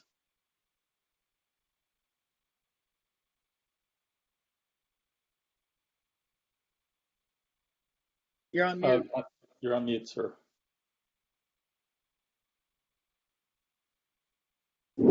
I would like the city attorney to weigh in on an item here. At Tuesday night city council meeting, the very last item on that closed session that was reported was that before the commission could deal with any reports, those reports must have been provided to the city manager, the POA, and the police chief 72 hours ahead of time. I'm assuming that is something that's in play at this point, but once again, the city attorney would be the one to answer that question. Let me start, and then we'll let the city attorney weigh in. My understanding of what happened in closed session is that there was a new agreement with the POA to resolve the litigation that will become effective after the second reading of a revised ordinance when that happens, which may be a couple of months from now. In the meanwhile, the reports under consideration have been public documents for more than 72 hours. So even if it did apply, it would have well met that sort of requirement. And with that, I'll let the city attorney add any additional facts. Yeah, I really don't have anything additional. As I tried to explain earlier, the proposed changes that were daylighted on Tuesday night are just that. They are proposed changes. They have not been passed into city law yet. So the language that was referred to about specifically about the 72 hours, that's new language that the city council will consider adopting at a future meeting. It's not in the current ordinance. But as the chair just mentioned, I also believe that the spirit of that new proposal has in fact been met here, that the information has been public for a while, probably much more than 72 hours. And Chair Brown, the only point of clarification that I'll make is that after adoption on second reading, the ordinance will take effect 30 days after. Thank you. Any other discussion? Commissioner Centeno. Thank you.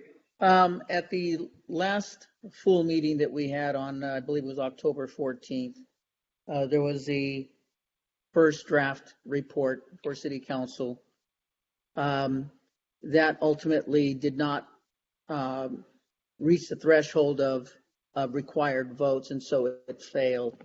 And so I believe we were instructed at that time by the city attorney that we could move forward with some options. One of the options was that the chair could simply bring back the same report on either an emergency meeting or at the next full meeting, represent it with the full commission and re-vote on it. Another option was that the prevailing side, which was the no vote, could write a revision of the report and resubmitted and have it reviewed on an emergency meeting or at the next regular meeting. And I believe the last option was that the side that did not prevail, either a member or members, could change their vote from yay to nay and now go to the prevailing side, which is a no vote, and they could submit and present an alternative version of the report.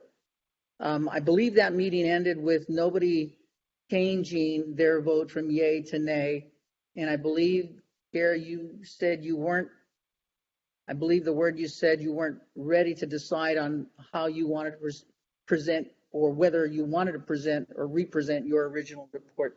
So I'd sure like to get some clarification from the city attorney on this new report that was submitted right at the deadline.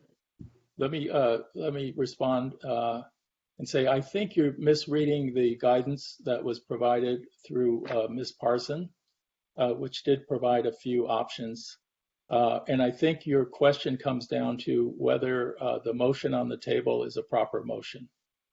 And if that's the question, then I think let's get some input from the city attorney or the deputy city attorney. Oh, well, if I'm welcome to defer to Brandon if he wants to answer the question. But as I understand it, this is a different report that's being considered. The November 4th one is a different report from the one that was voted on. That's correct. So as the chair mentioned, there are a variety of options. One of them I happened to talk about at the last meeting, but one of the options certainly now is for you to vote on the proposed November report. If that passes and that becomes your report. Another option, as the chair mentioned, is that someone could make a substitute motion with regard to that and propose, for instance, substituting the November report, substituting the October report for the November report, and there could be a vote on whether that's a substitute, whether that substitute in fact passes. And if that passes, then that becomes the commission's official report. There might be even further options that you could do, such as, for instance, you could modify the October report some way so that it becomes a new report and be voted on that way. But certainly the path forward that the chair has identified earlier, about 5 minutes ago, is a viable potential option, which is the November report is put forward as it has been, seconded. Somebody could, if they care to, make a substitute motion, but if they don't, and if there is no, or if there is not a successful substitute motion, then you vote on the November report and see what happens. Okay. I don't know. So then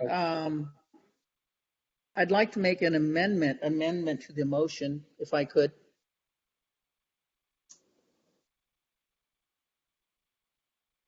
Go ahead. And the amendment would be this, that we hear and consider the report filed on October 18th prior to considering the report submitted on November 4th. And this is why. After the meeting, it was my understanding that we could submit a revision report. I worked on the report, submitted it to Lisa on the following Monday, and that report was distributed to all the commissioners with the request that if they had concerns or questions, they should send those concerns or questions or clarifications to me and or the other co-authors, which was Commissioner Ramirez, Palazzolo, and Rahman. And also to any other commissioner and chair if you had a question or concern about it. I think Lisa submitted that if it was urgent enough, we should have an emergency meeting that we could vote and discuss the October 18th report. I didn't get any questions. None of us received any concerns that I know of. I know I didn't receive anything, and everything was held over until last week when you sent an email to me saying that there was going to be a second report submitted. And so I think, in just for transparency and really staying above board, we should hear and consider the October 18th report. If it fails, then we move on to the November 4th report. That's my requested amendment. Mr. Chair, that was offered. Procedurally, let me clarify, Commissioner Devermont, so that we can get this teed up procedurally.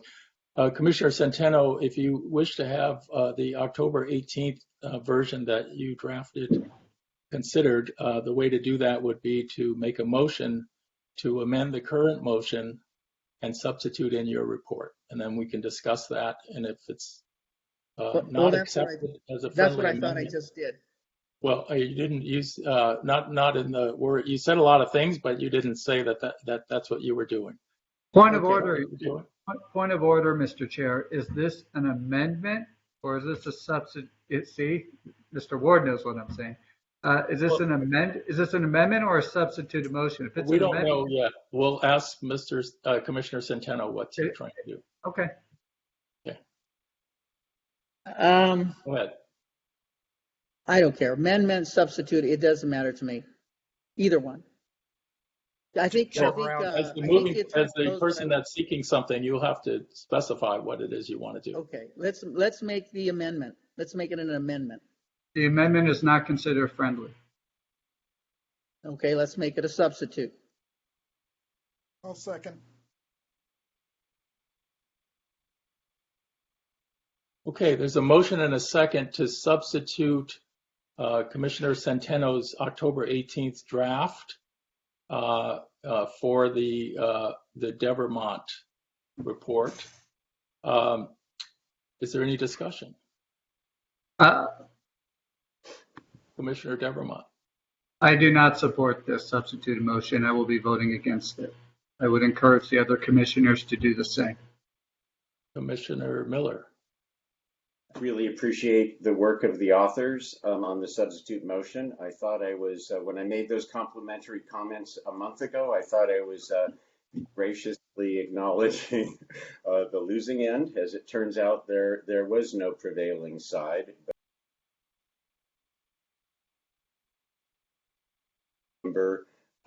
Version, it speaks truth to power. It's what needs to be done. It's time for us to wrap it up honestly with candor and move on. I'll be opposing the Centeno motion. Thank you so much. Commissioner Scott.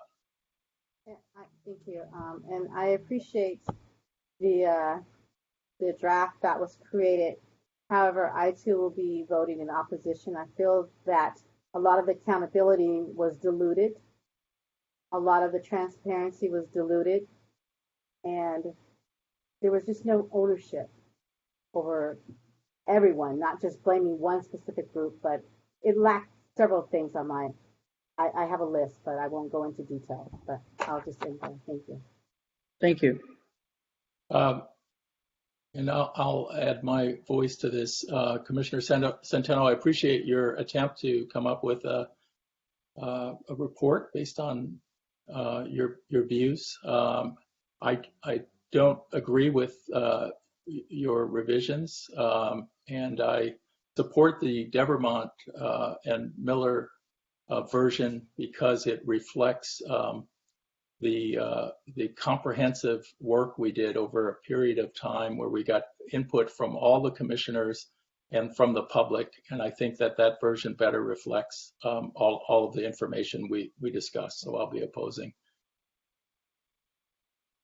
There's no other discussion. Let's call the question. And Chair Brown, before the question is called, would you mind either restating the substitute motion or asking the staff liaison to restate the substitute motion? Ms. Parson, can you restate the substitute motion? motion by Commissioner Centeno to substitute the October 18th draft for the November 4th draft, with a second from Commissioner Palazzolo. Okay, want to call that vote? I do, just 1 second. Commissioner Becerra McLaughlin, Sorry, are we voting on the October 18th report or the November 4th report? the vote is to accept October 18th. And, okay, yes.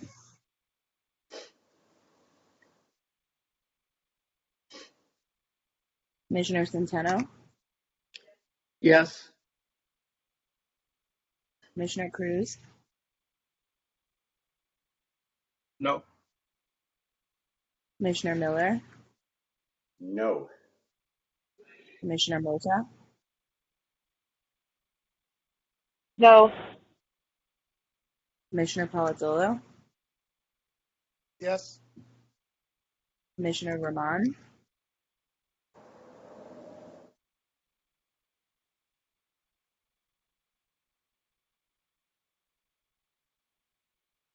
Commissioner Rahman is giving a yes and a thumbs up. Is that acceptable to the City Attorney's Office? I see yes. Commissioner Ramirez, Yes. Commissioner Scott, No. Vice Chair Devermont, No. and Chair Brown. No. I've got 6 no's, 5 yeses. So the substitute motion fails. I think we're now back to the pending motion by Commissioner Devermont to adopt the November 4,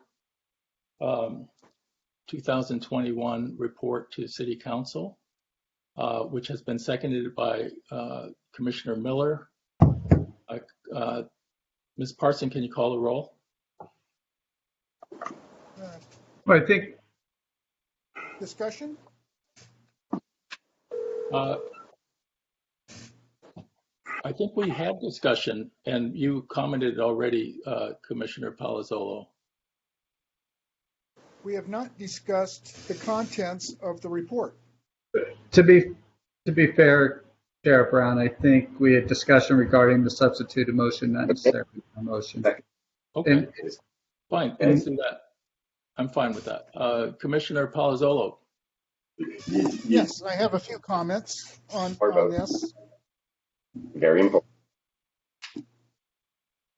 Should I begin? Please go ahead.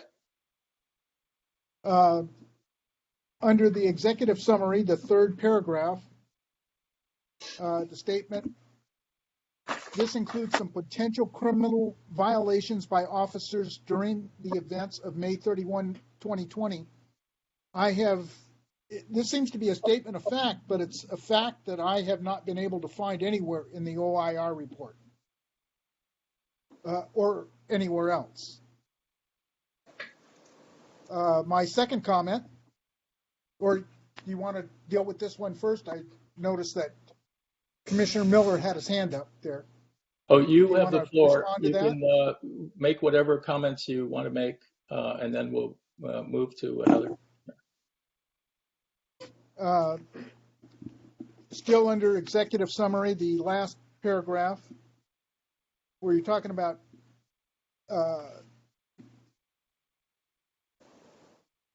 that the false narrative was promoted by former interim Police Chief Seabrooks and continues to be promoted by other Smpd officials.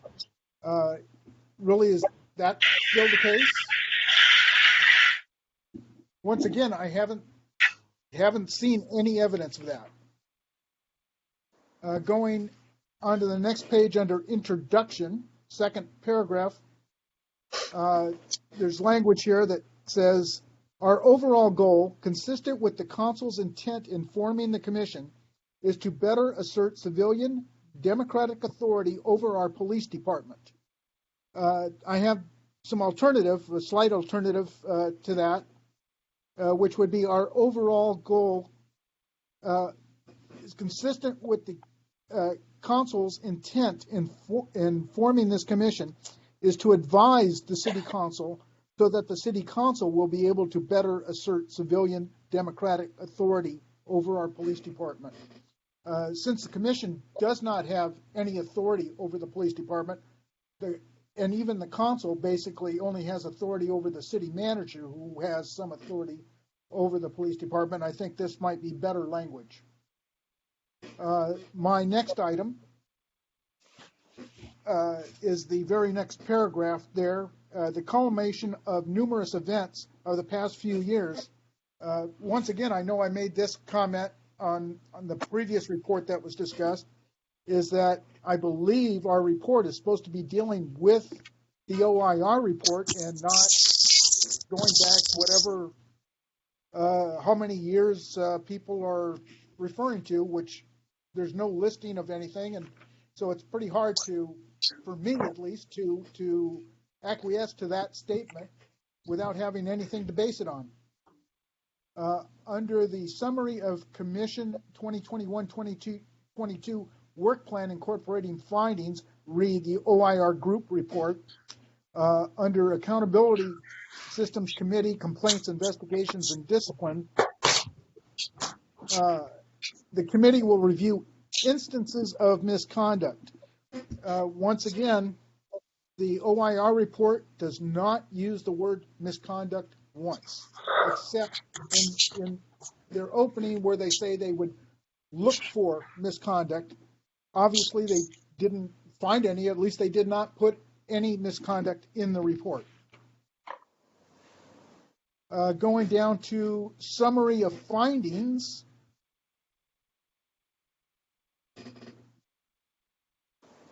The statement, the commission does not believe the Smpd has undergone the kind of rigorous and introspective view of its actions that is warranted. I know certain members of this commission may agree with that statement, but I don't believe the commission has approved that statement. I think it's also contrary to statements made by Chief Seabrooks. Continuing in that same summary of findings section, on the next page, Smpd used less than lethal munitions on lawful demonstrators, and it talks about 2 instances of injuries, one in which an elderly woman had a rifle pointed at her back, and another one where a rubber bullet was shot and hit a young African-American woman who had her back to the officer who fired it. These seem to be the only injuries that I can find that seem to have any documentation. And so, once again, if there's other injuries or things like that, they should be documented if we're going to talk about them. The next paragraph under that talks about numerous instances of potential officer misconduct. Once again, using the, strictly the word misconduct doesn't seem to be appropriate to be used.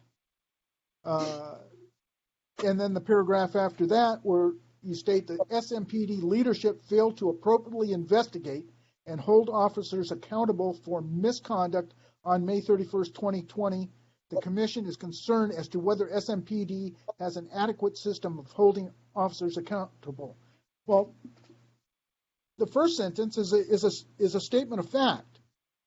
And from what I'm understanding in the questions that have come up before this commission, the commission has no idea whether any officers, if there's been any hearings, whether any officers have been found at fault and or held accountable. So how can you put that in the document?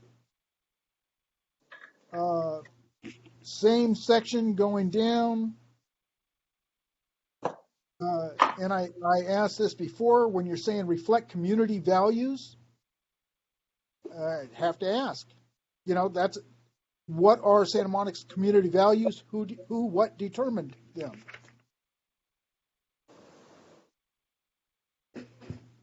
Going to key findings and recommended follow-up, the second page of that at the top. That conduct has not been limited to the former leadership of Smpd, and we are concerned that the practice has continued to the present. If this is supposed to be a report on the OIR report, I don't think that is an appropriate statement. Going down further, under the subheading, the false narrative promoted 2020 included the following. The third paragraph under there includes the language, these officials neglected to inform the public that approximately half the officers did not activate their body-worn cameras, resulting in less footage than would have been expected. That statement doesn't seem to really have anything to do with the statement that comes before it, that's talking about the amount of, or the fact that it took, I guess, the Smpd X number of months to go through the documentation that was available through the body-worn cameras. And I think, no, one more. On page 9, PSROC accountability recommendations. The first bullet point there, consider modifications to the commission ordinance to provide further accountability mechanisms and enhance the involvement of the commission in the accountability process, and then should the commission have subpoena power, those two items. I don't know, well, I think the issue with the Inspector General will take care of that, because it appears that the City Council is going to restrict what the commission can see and be involved in, so that may be taken care of itself. That is the last of my comments. Okay, I have Commissioner Miller, then Commissioner Devermont, and then Commissioner Centeno, and then Commissioner Scott.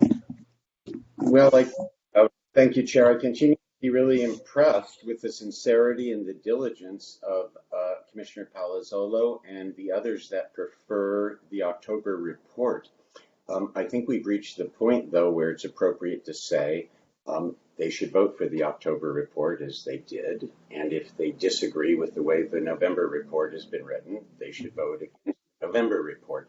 I would just say in summary, and with equal sincerity, and having studied this carefully, and I count myself among the commissioners that have done their due diligence on this, I think that the November draft is a very fair, accurate, true embodiment of what the OIR report said.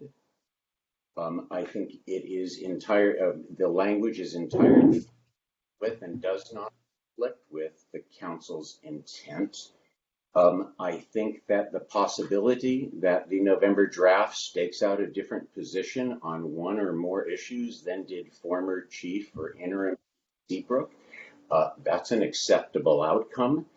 We are not duty bound to agree with any one particular current or former chief. And again, I just appreciate all of the commissioners' work, those that support and those that oppose this motion. And I remain a strong supporter of the motion and appreciate the Vice Chair's work on redrafting. Thank you. Commissioner Devermont.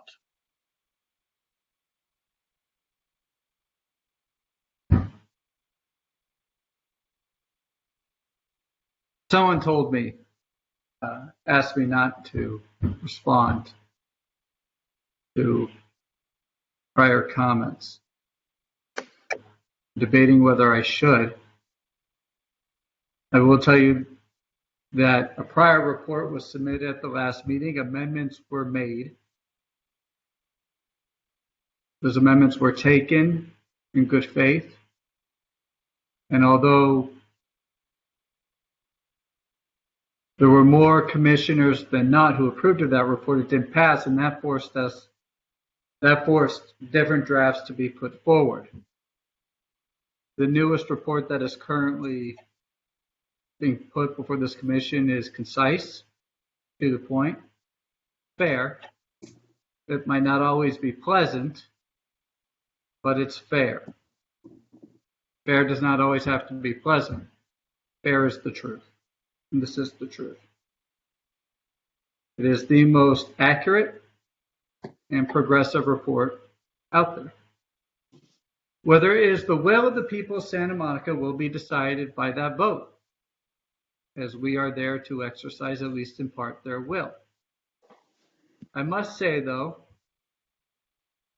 I am saddened and disappointed that this commission could invite its citizenry, come before this commission and say, what happened to you on that day? That citizens, who we are bound to, could come and tell us this is what happened. And because it is not documented in a police file, it is discounted. Because it is not documented in a police file, it is pushed away and deemed to be unreliable. I don't know whose side, but that was loud.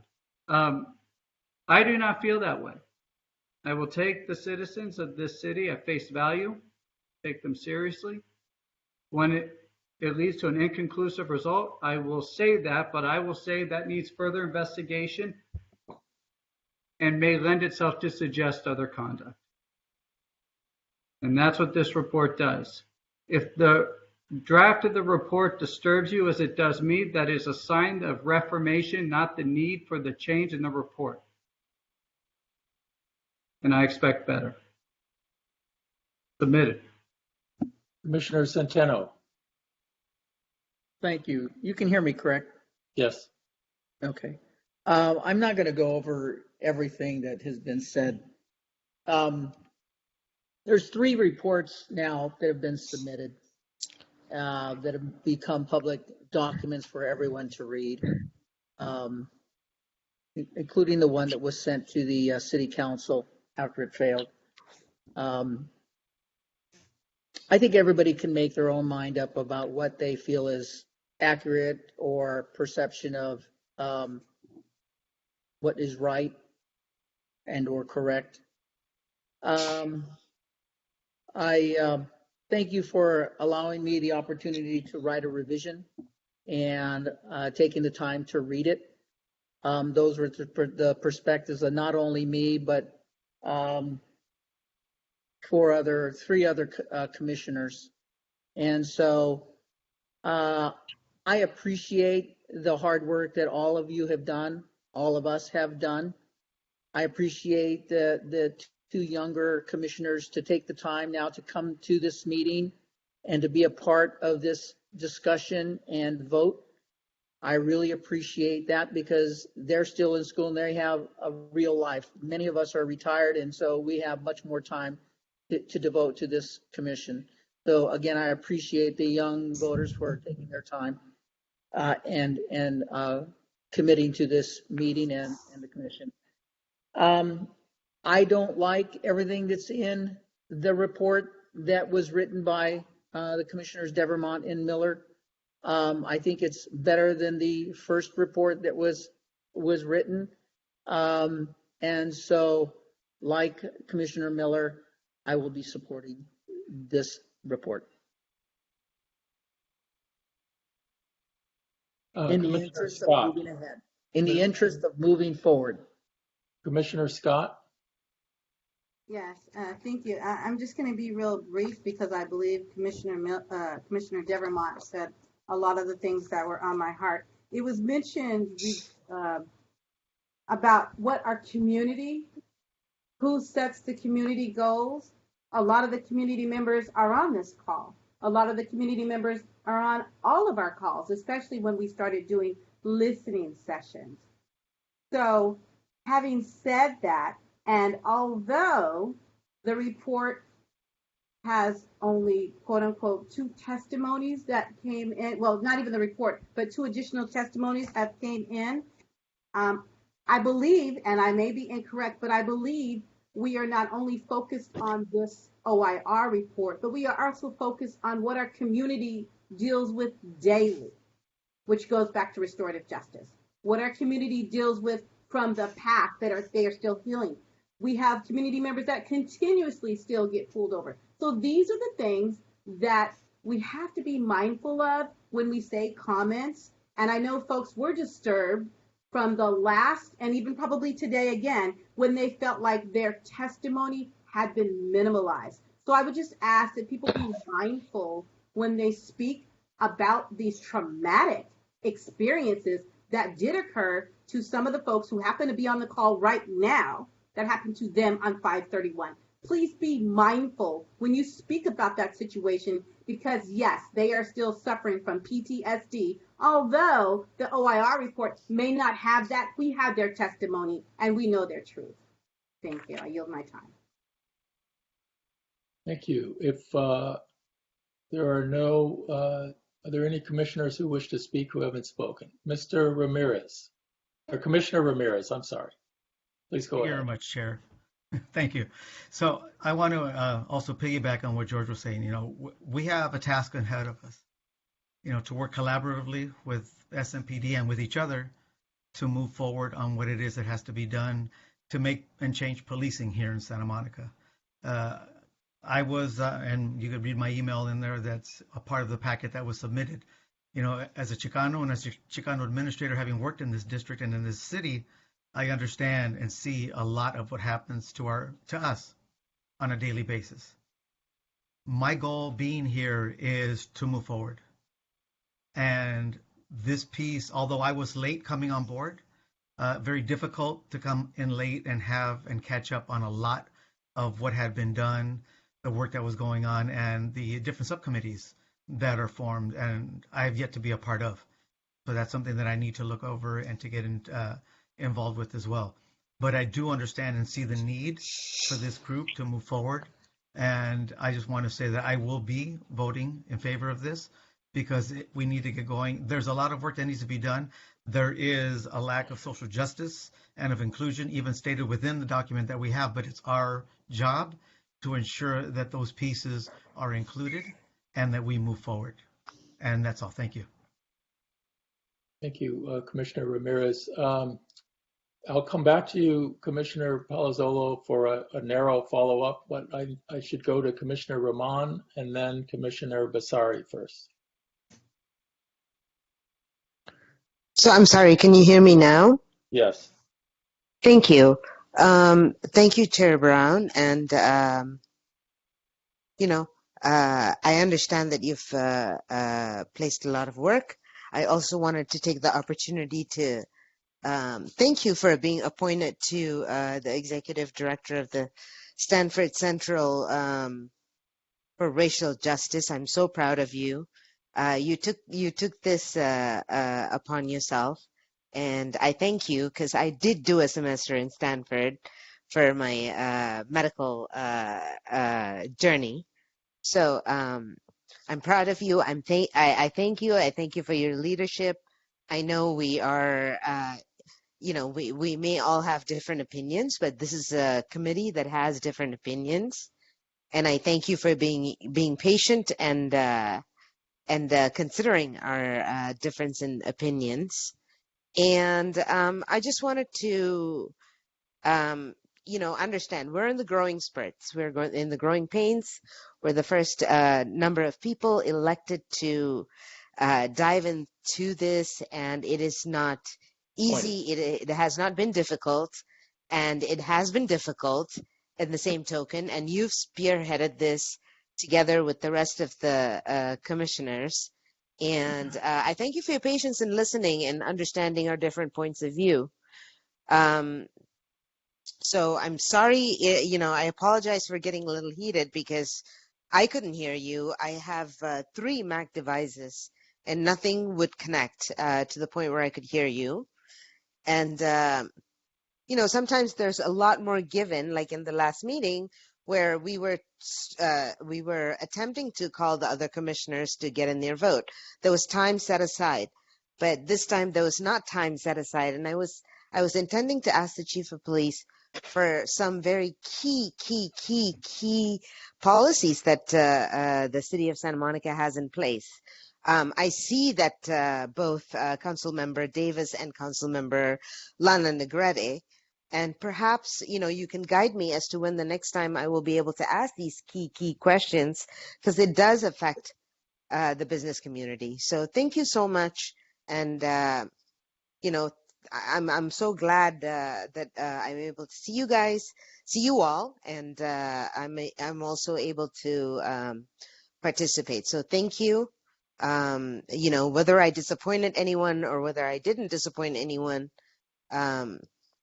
it is what it is, and it's okay for us to have a difference of opinions. But you did the grunt work, as all of us, and however, so here we are, and we will move forward. So thank you.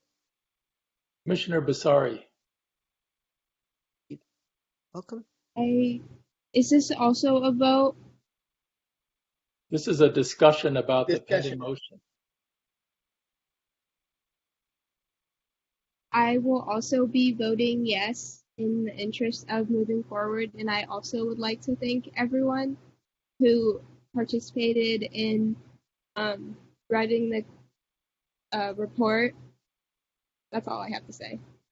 Commissioner Palazzolo, if you have a narrow follow-up to your Yes. something somebody said in response to what you said. I have just two items. One, I would like to respond to Commissioner Scott.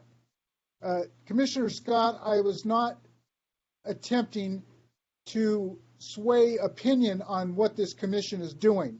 The title of this report is specific. It's OIR Group Findings and SMPD Response Concerning May 31, 2020 Events. And all I was saying, if you look at all my comments, is what was in that report and what was not. So please don't try to put issues on my comments that didn't exist. And number two is, yes, I have to agree with Commissioner Centano. This report is much, much better than the original report, and for that reason, I will vote to approve it. Commissioner Palazzolo, I believe that Commissioner Scott was objecting to your seeming kind of diminishment of a very serious allegation that first arose in a public meeting on September 9th, in our September 9th meeting, and is a very serious matter that this commission will continue to follow up on. We're not letting go of this issue. Our report is not blinded. It's not limited to what's written on a piece of paper. It's informed by all of our personal lived experiences, all of the public input that we receive from many sessions, and all of the information that's reasonably accessible to all of us. We are not writing a narrow report to the city council that's limited to a report and a response to a report. That would sort of miss the boat. So I appreciate your explanation of your point of view. Also appreciate Commissioner Scott's point of view, and I'm going to move now to Commissioner Cruz, who's been waiting to comment. Please go ahead, Commissioner Cruz. Thank you. I like to think that we are all fair and impartial. However, having listened in over the course of our meeting, respectfully, it doesn't appear that way to me. There has already been a compromise with respects to, the report that has been voted on. But one of the things I like to underscore is that if you've never been on the receiving end in terms of being victimized or having an encounter with law enforcement, I think it's very difficult to understand why at times people don't speak up. There's a long history of distrust of government, of law enforcement on behalf of marginalized communities. And it's important to always consider the other side. But what does that mean? What does it entail? It doesn't simply entail reading, about the other side or watching a documentary. It's engaging with the other side. This is part of the work that we're doing. But all in all, I just wanted to, just underscore that point. Thank you. Okay, I believe everyone's had an opportunity to weigh in. Ms. Parson, can you call the I call the cannot. vote? Commissioner Mota is waiting to speak. I'm sorry, Commissioner Mota, please go ahead. Hi, I'd just like to thank everybody for taking the time out of their lives to actually, even write up a report from both sides. And I know I'm going to say yes on the Devermont Miller report. I'd just like to say that I felt that the October, I believe, 28th report was just very watered down. And a lot of people like to talk about not being biased, but they are biased themselves. And that's just all I have to say. Thank you. Okay, Ms. Parson, can you call the vote? I can't. Motion to accept the November 4th. Hold on a minute. I got to get the motion right. I'll get in trouble with Brandon. Motion to adopt the Devermont Miller draft, which has been previously seconded by Commissioner Miller. All right. Commissioner Passeri McLaughlin? Yes. Commissioner Centeno? Yes. Commissioner Cruz? Yes. Commissioner Miller? Yes. Commissioner Mota? Yes. Commissioner Palazzolo? Yes. Commissioner Rahman? Yes. Commissioner Ramirez? Yes. Commissioner Scott? Yes. Vice Chair Devermont? Yes. And Chair Brown? Such a hard choice. Not sure. Yes. Okay, the motion passes unanimously. Thank you all for the good conversation and the vigorous and robust debate. I'm sure we'll have opportunity to have further robust discussions as we move forward, but hopefully we can do it in a way that's productive. I'd now like to move to Chair, Mr. Chair, may I be heard very briefly? Sure. I would just like to thank the commissioners for voting. I know it wasn't an easy vote for some, and I take those that may have had some hesitancy who did vote for it as a sign of good faith in moving forward, and I appreciate it. Thank you. Agreed. Let's move to 10A3 and 4, which is the correspondence after the last regular meeting. Not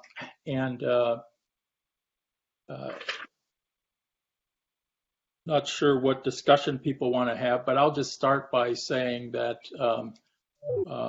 after the last meeting, when we failed to meet our obligation to the City Council to deliver a report by September 28th with no presentation of any serious alternative, I decided to inform the City Council that we failed to meet our deadline. And I also attached the draft report because I believe that it reflected the general framework of where we stood after an enormous amount of work, even though that particular report had failed. And I reported accurately that motion had failed.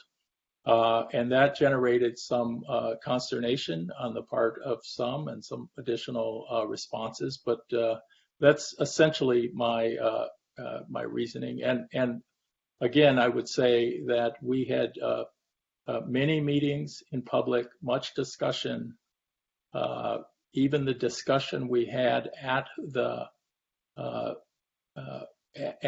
October 14th meeting did not reflect a difference in the overall direction of what the report reflected. So I wanted to report to City Council because you know, I didn't. All of the information was already public, so no need for them not to have it as well, and that's why I did that. So happy to have a discussion and let people say what they would like about it. Commissioner Centeno.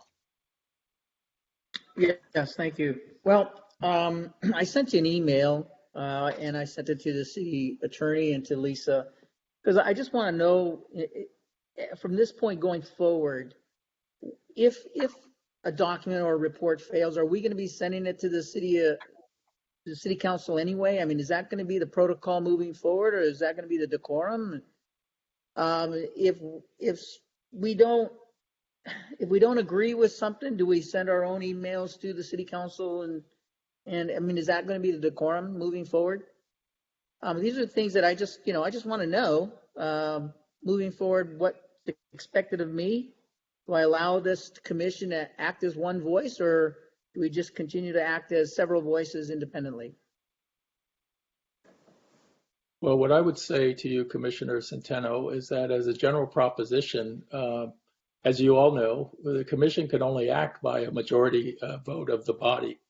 And so commission actions can't be represented as final if they're not final. Certainly there's nothing in what I wrote that suggested otherwise. Generally not within the norms to communicate to City Council in your official capacity to about something that hasn't become final.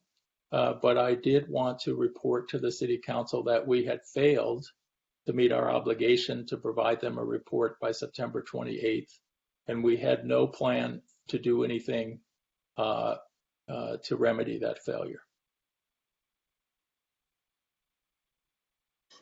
Commissioner Rahman. So, Chair Brown and Vice Chair Devermont, the last vote that we had with the city attorney, Mr. Brandon Ward, we had actually made an attempt to call the commissioners that were unable to be present. My question is, in all of my experiences with what I would say limited contact with or the majority of my contact has been with the Rent Board, Planning Commission, and City Council. I have yet to witness a time where somebody wasn't present and was called to ask about their vote. Is this going to be a practice moving forward? Is it in our bylaws? I'm so sorry, I haven't read our bylaws. Will we be continuing this practice? You know, I just don't know. If for example, one of those weeks when I had attended the New Heroes and I completely forgot about the meeting that Vice Chair Deverman had. Is this going to be a practice that we are allowed to do, is just to call the commissioners who aren't present and ask for their vote? I'm sorry to hear that you haven't read the bylaws. I'm going to suggest that all commissioners read the bylaws. Yeah, I'm really sorry too. I will read the bylaws. Thank you, Chair Brown. So there's someone, Commissioner Devermont, did you wish to I believe the commission was addressed to me. It looks like Deputy City Attorney Ward has thoughts on it, which I'm happy to defer to at the moment. But my understanding was I that think the question was addressed to you, but you're. Oh no, I addressed it to both you, okay. Vice Chair Devermont, You're and welcome to comment, So City Commissioner Attorney Devermont, if you Ward. wish. So my understanding was that nobody was called for their vote. There Exactly might right. have been a call to get somebody in attendance, but not necessarily to record a vote. I was on a plane, so I Yeah. may be wrong. But I defer to Deputy City Attorney Ward and Commissioner Rahman. I understand your concerns. I do. Okay. Thank you. Thank you, Vice Chair Devermont. My understanding comports mostly with yours, that an attempt was made, I believe, by the staff liaison to reach out to commissioners not in attendance at the last meeting, during the last meeting, to see if they could attend the meeting, so that we had already obviously reached a quorum, but we wanted the entire legislative body to be able to participate in the vote. The attempt was not made to ascertain their vote without their participation. It was made so that they could attend the meeting, participate in an open government and transparent way, in the same way all of you are at this open meeting, and vote accordingly. Understood. So my question would be, like, let's say, there was a point, a certain city council member was not present, was attending some climate thing, and my understanding was, even though she couldn't be there, she couldn't be on the phone, or she couldn't be present on the phone to ascertain whether she had an opinion. So if someone's not physically there, or is not physically attuned to the TV, or physically not hearing the entire presentation, how does that pan out as to calling them and asking them, are you able to participate in this vote? I think we're drifting beyond the topic of the agenda item, which was discussion of our correspondence to City Council, but Understood. I think you just asked the same question again that the Deputy City Attorney has already answered. All right. Let's move on to 10B, which I think we've probably already covered. It's committee reports, accountability systems. And Commissioner Devermont, do you want to let us know whether there's anything else that you hadn't already said about the committee? No. Good. All right. Yeah. Okay. Let's move on to 10C. Ms. Parson, can you call that agenda item? I will. I'll first check to see if there's public comment. Well, you should read it out first, right? Letting people know now is the time to give your comment. If you are getting ready to, please raise your hand. Item 10C, discussion of recent media reports about cliques and other groups within law enforcement entities. Checking for comments. Commissioner Mota, I think your hand is up from before, but that wouldn't count as public comment anyway, but I'm going to lower it. So please raise it again if you want to speak. No public comment. Okay, so this agenda item comes courtesy of Commissioner Centeno. So Commissioner Centeno, I'll let you explain what you had in mind. Yeah, thank you. Over the last couple of weeks, there have been articles in the Los Angeles Times about, particularly with the Los Angeles Sheriff's Department, having officer cliques within the organization, and these cliques are formed usually very informally and evolve over time, where special units develop perhaps their own methodologies or viewpoints on how they're going to apply law enforcement. And it has been problematic with some agencies, larger agencies particularly.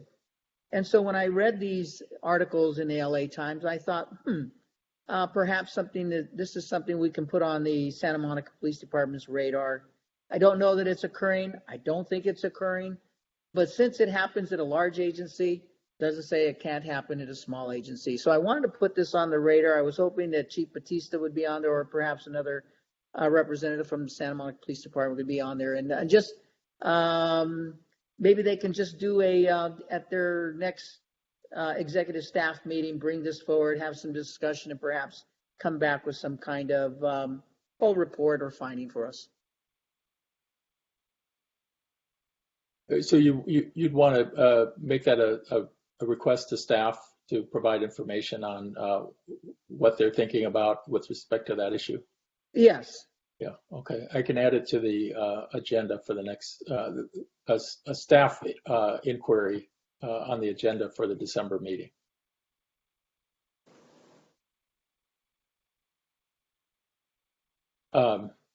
Is Deputy Chief Jacobs still on the line?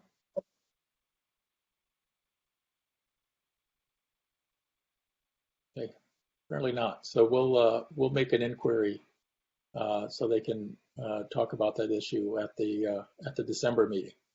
Any comment from the commissioners?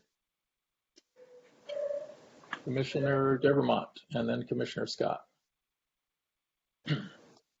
This is something that hadn't occurred to me. I think it's a very good idea. We've seen the issues, and actually they've turned up in some of my cases with the Los Angeles County Sheriff's Department.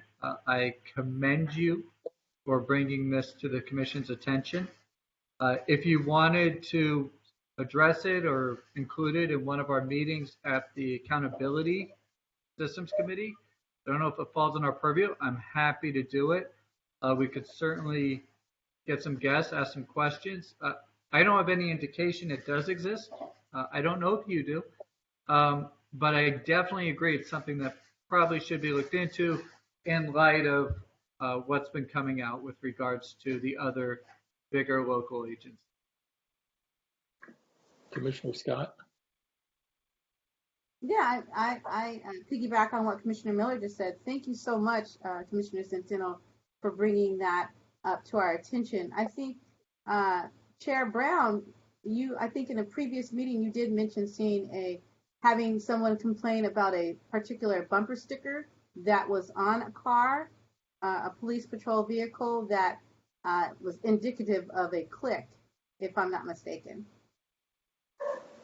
I don't think we formed any conclusions on what it was indicative of, but you're right. There was an inquiry about that. All right, any other comments on this topic? Commissioner Miller? Well, I just want to appreciate Commissioner Centeno's point, and also recognizing that this commission meeting will be concluding shortly. I just very briefly want to harken back to Veterans Day. And as one of the few openly LGBT commissioners serving in this city, I want to take a moment to note the LGBT service members who've served with distinction throughout our country's history and whose service and heroism was ignored for about 230 years. Thank you so much. Thank you.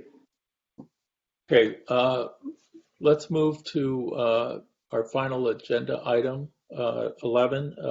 This is general public input on matters that have not been on the agenda.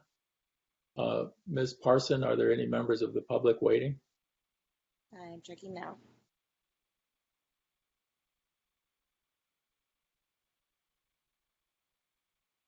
I am seeing none.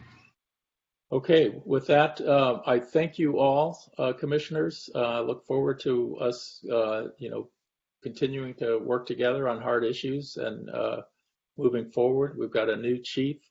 We've got a new city manager. So we've got reason to be optimistic about being able to do our work. So with that, I'm going to adjourn the meeting. Good night. See you all soon. Thank you. Good night. Thank you, everyone.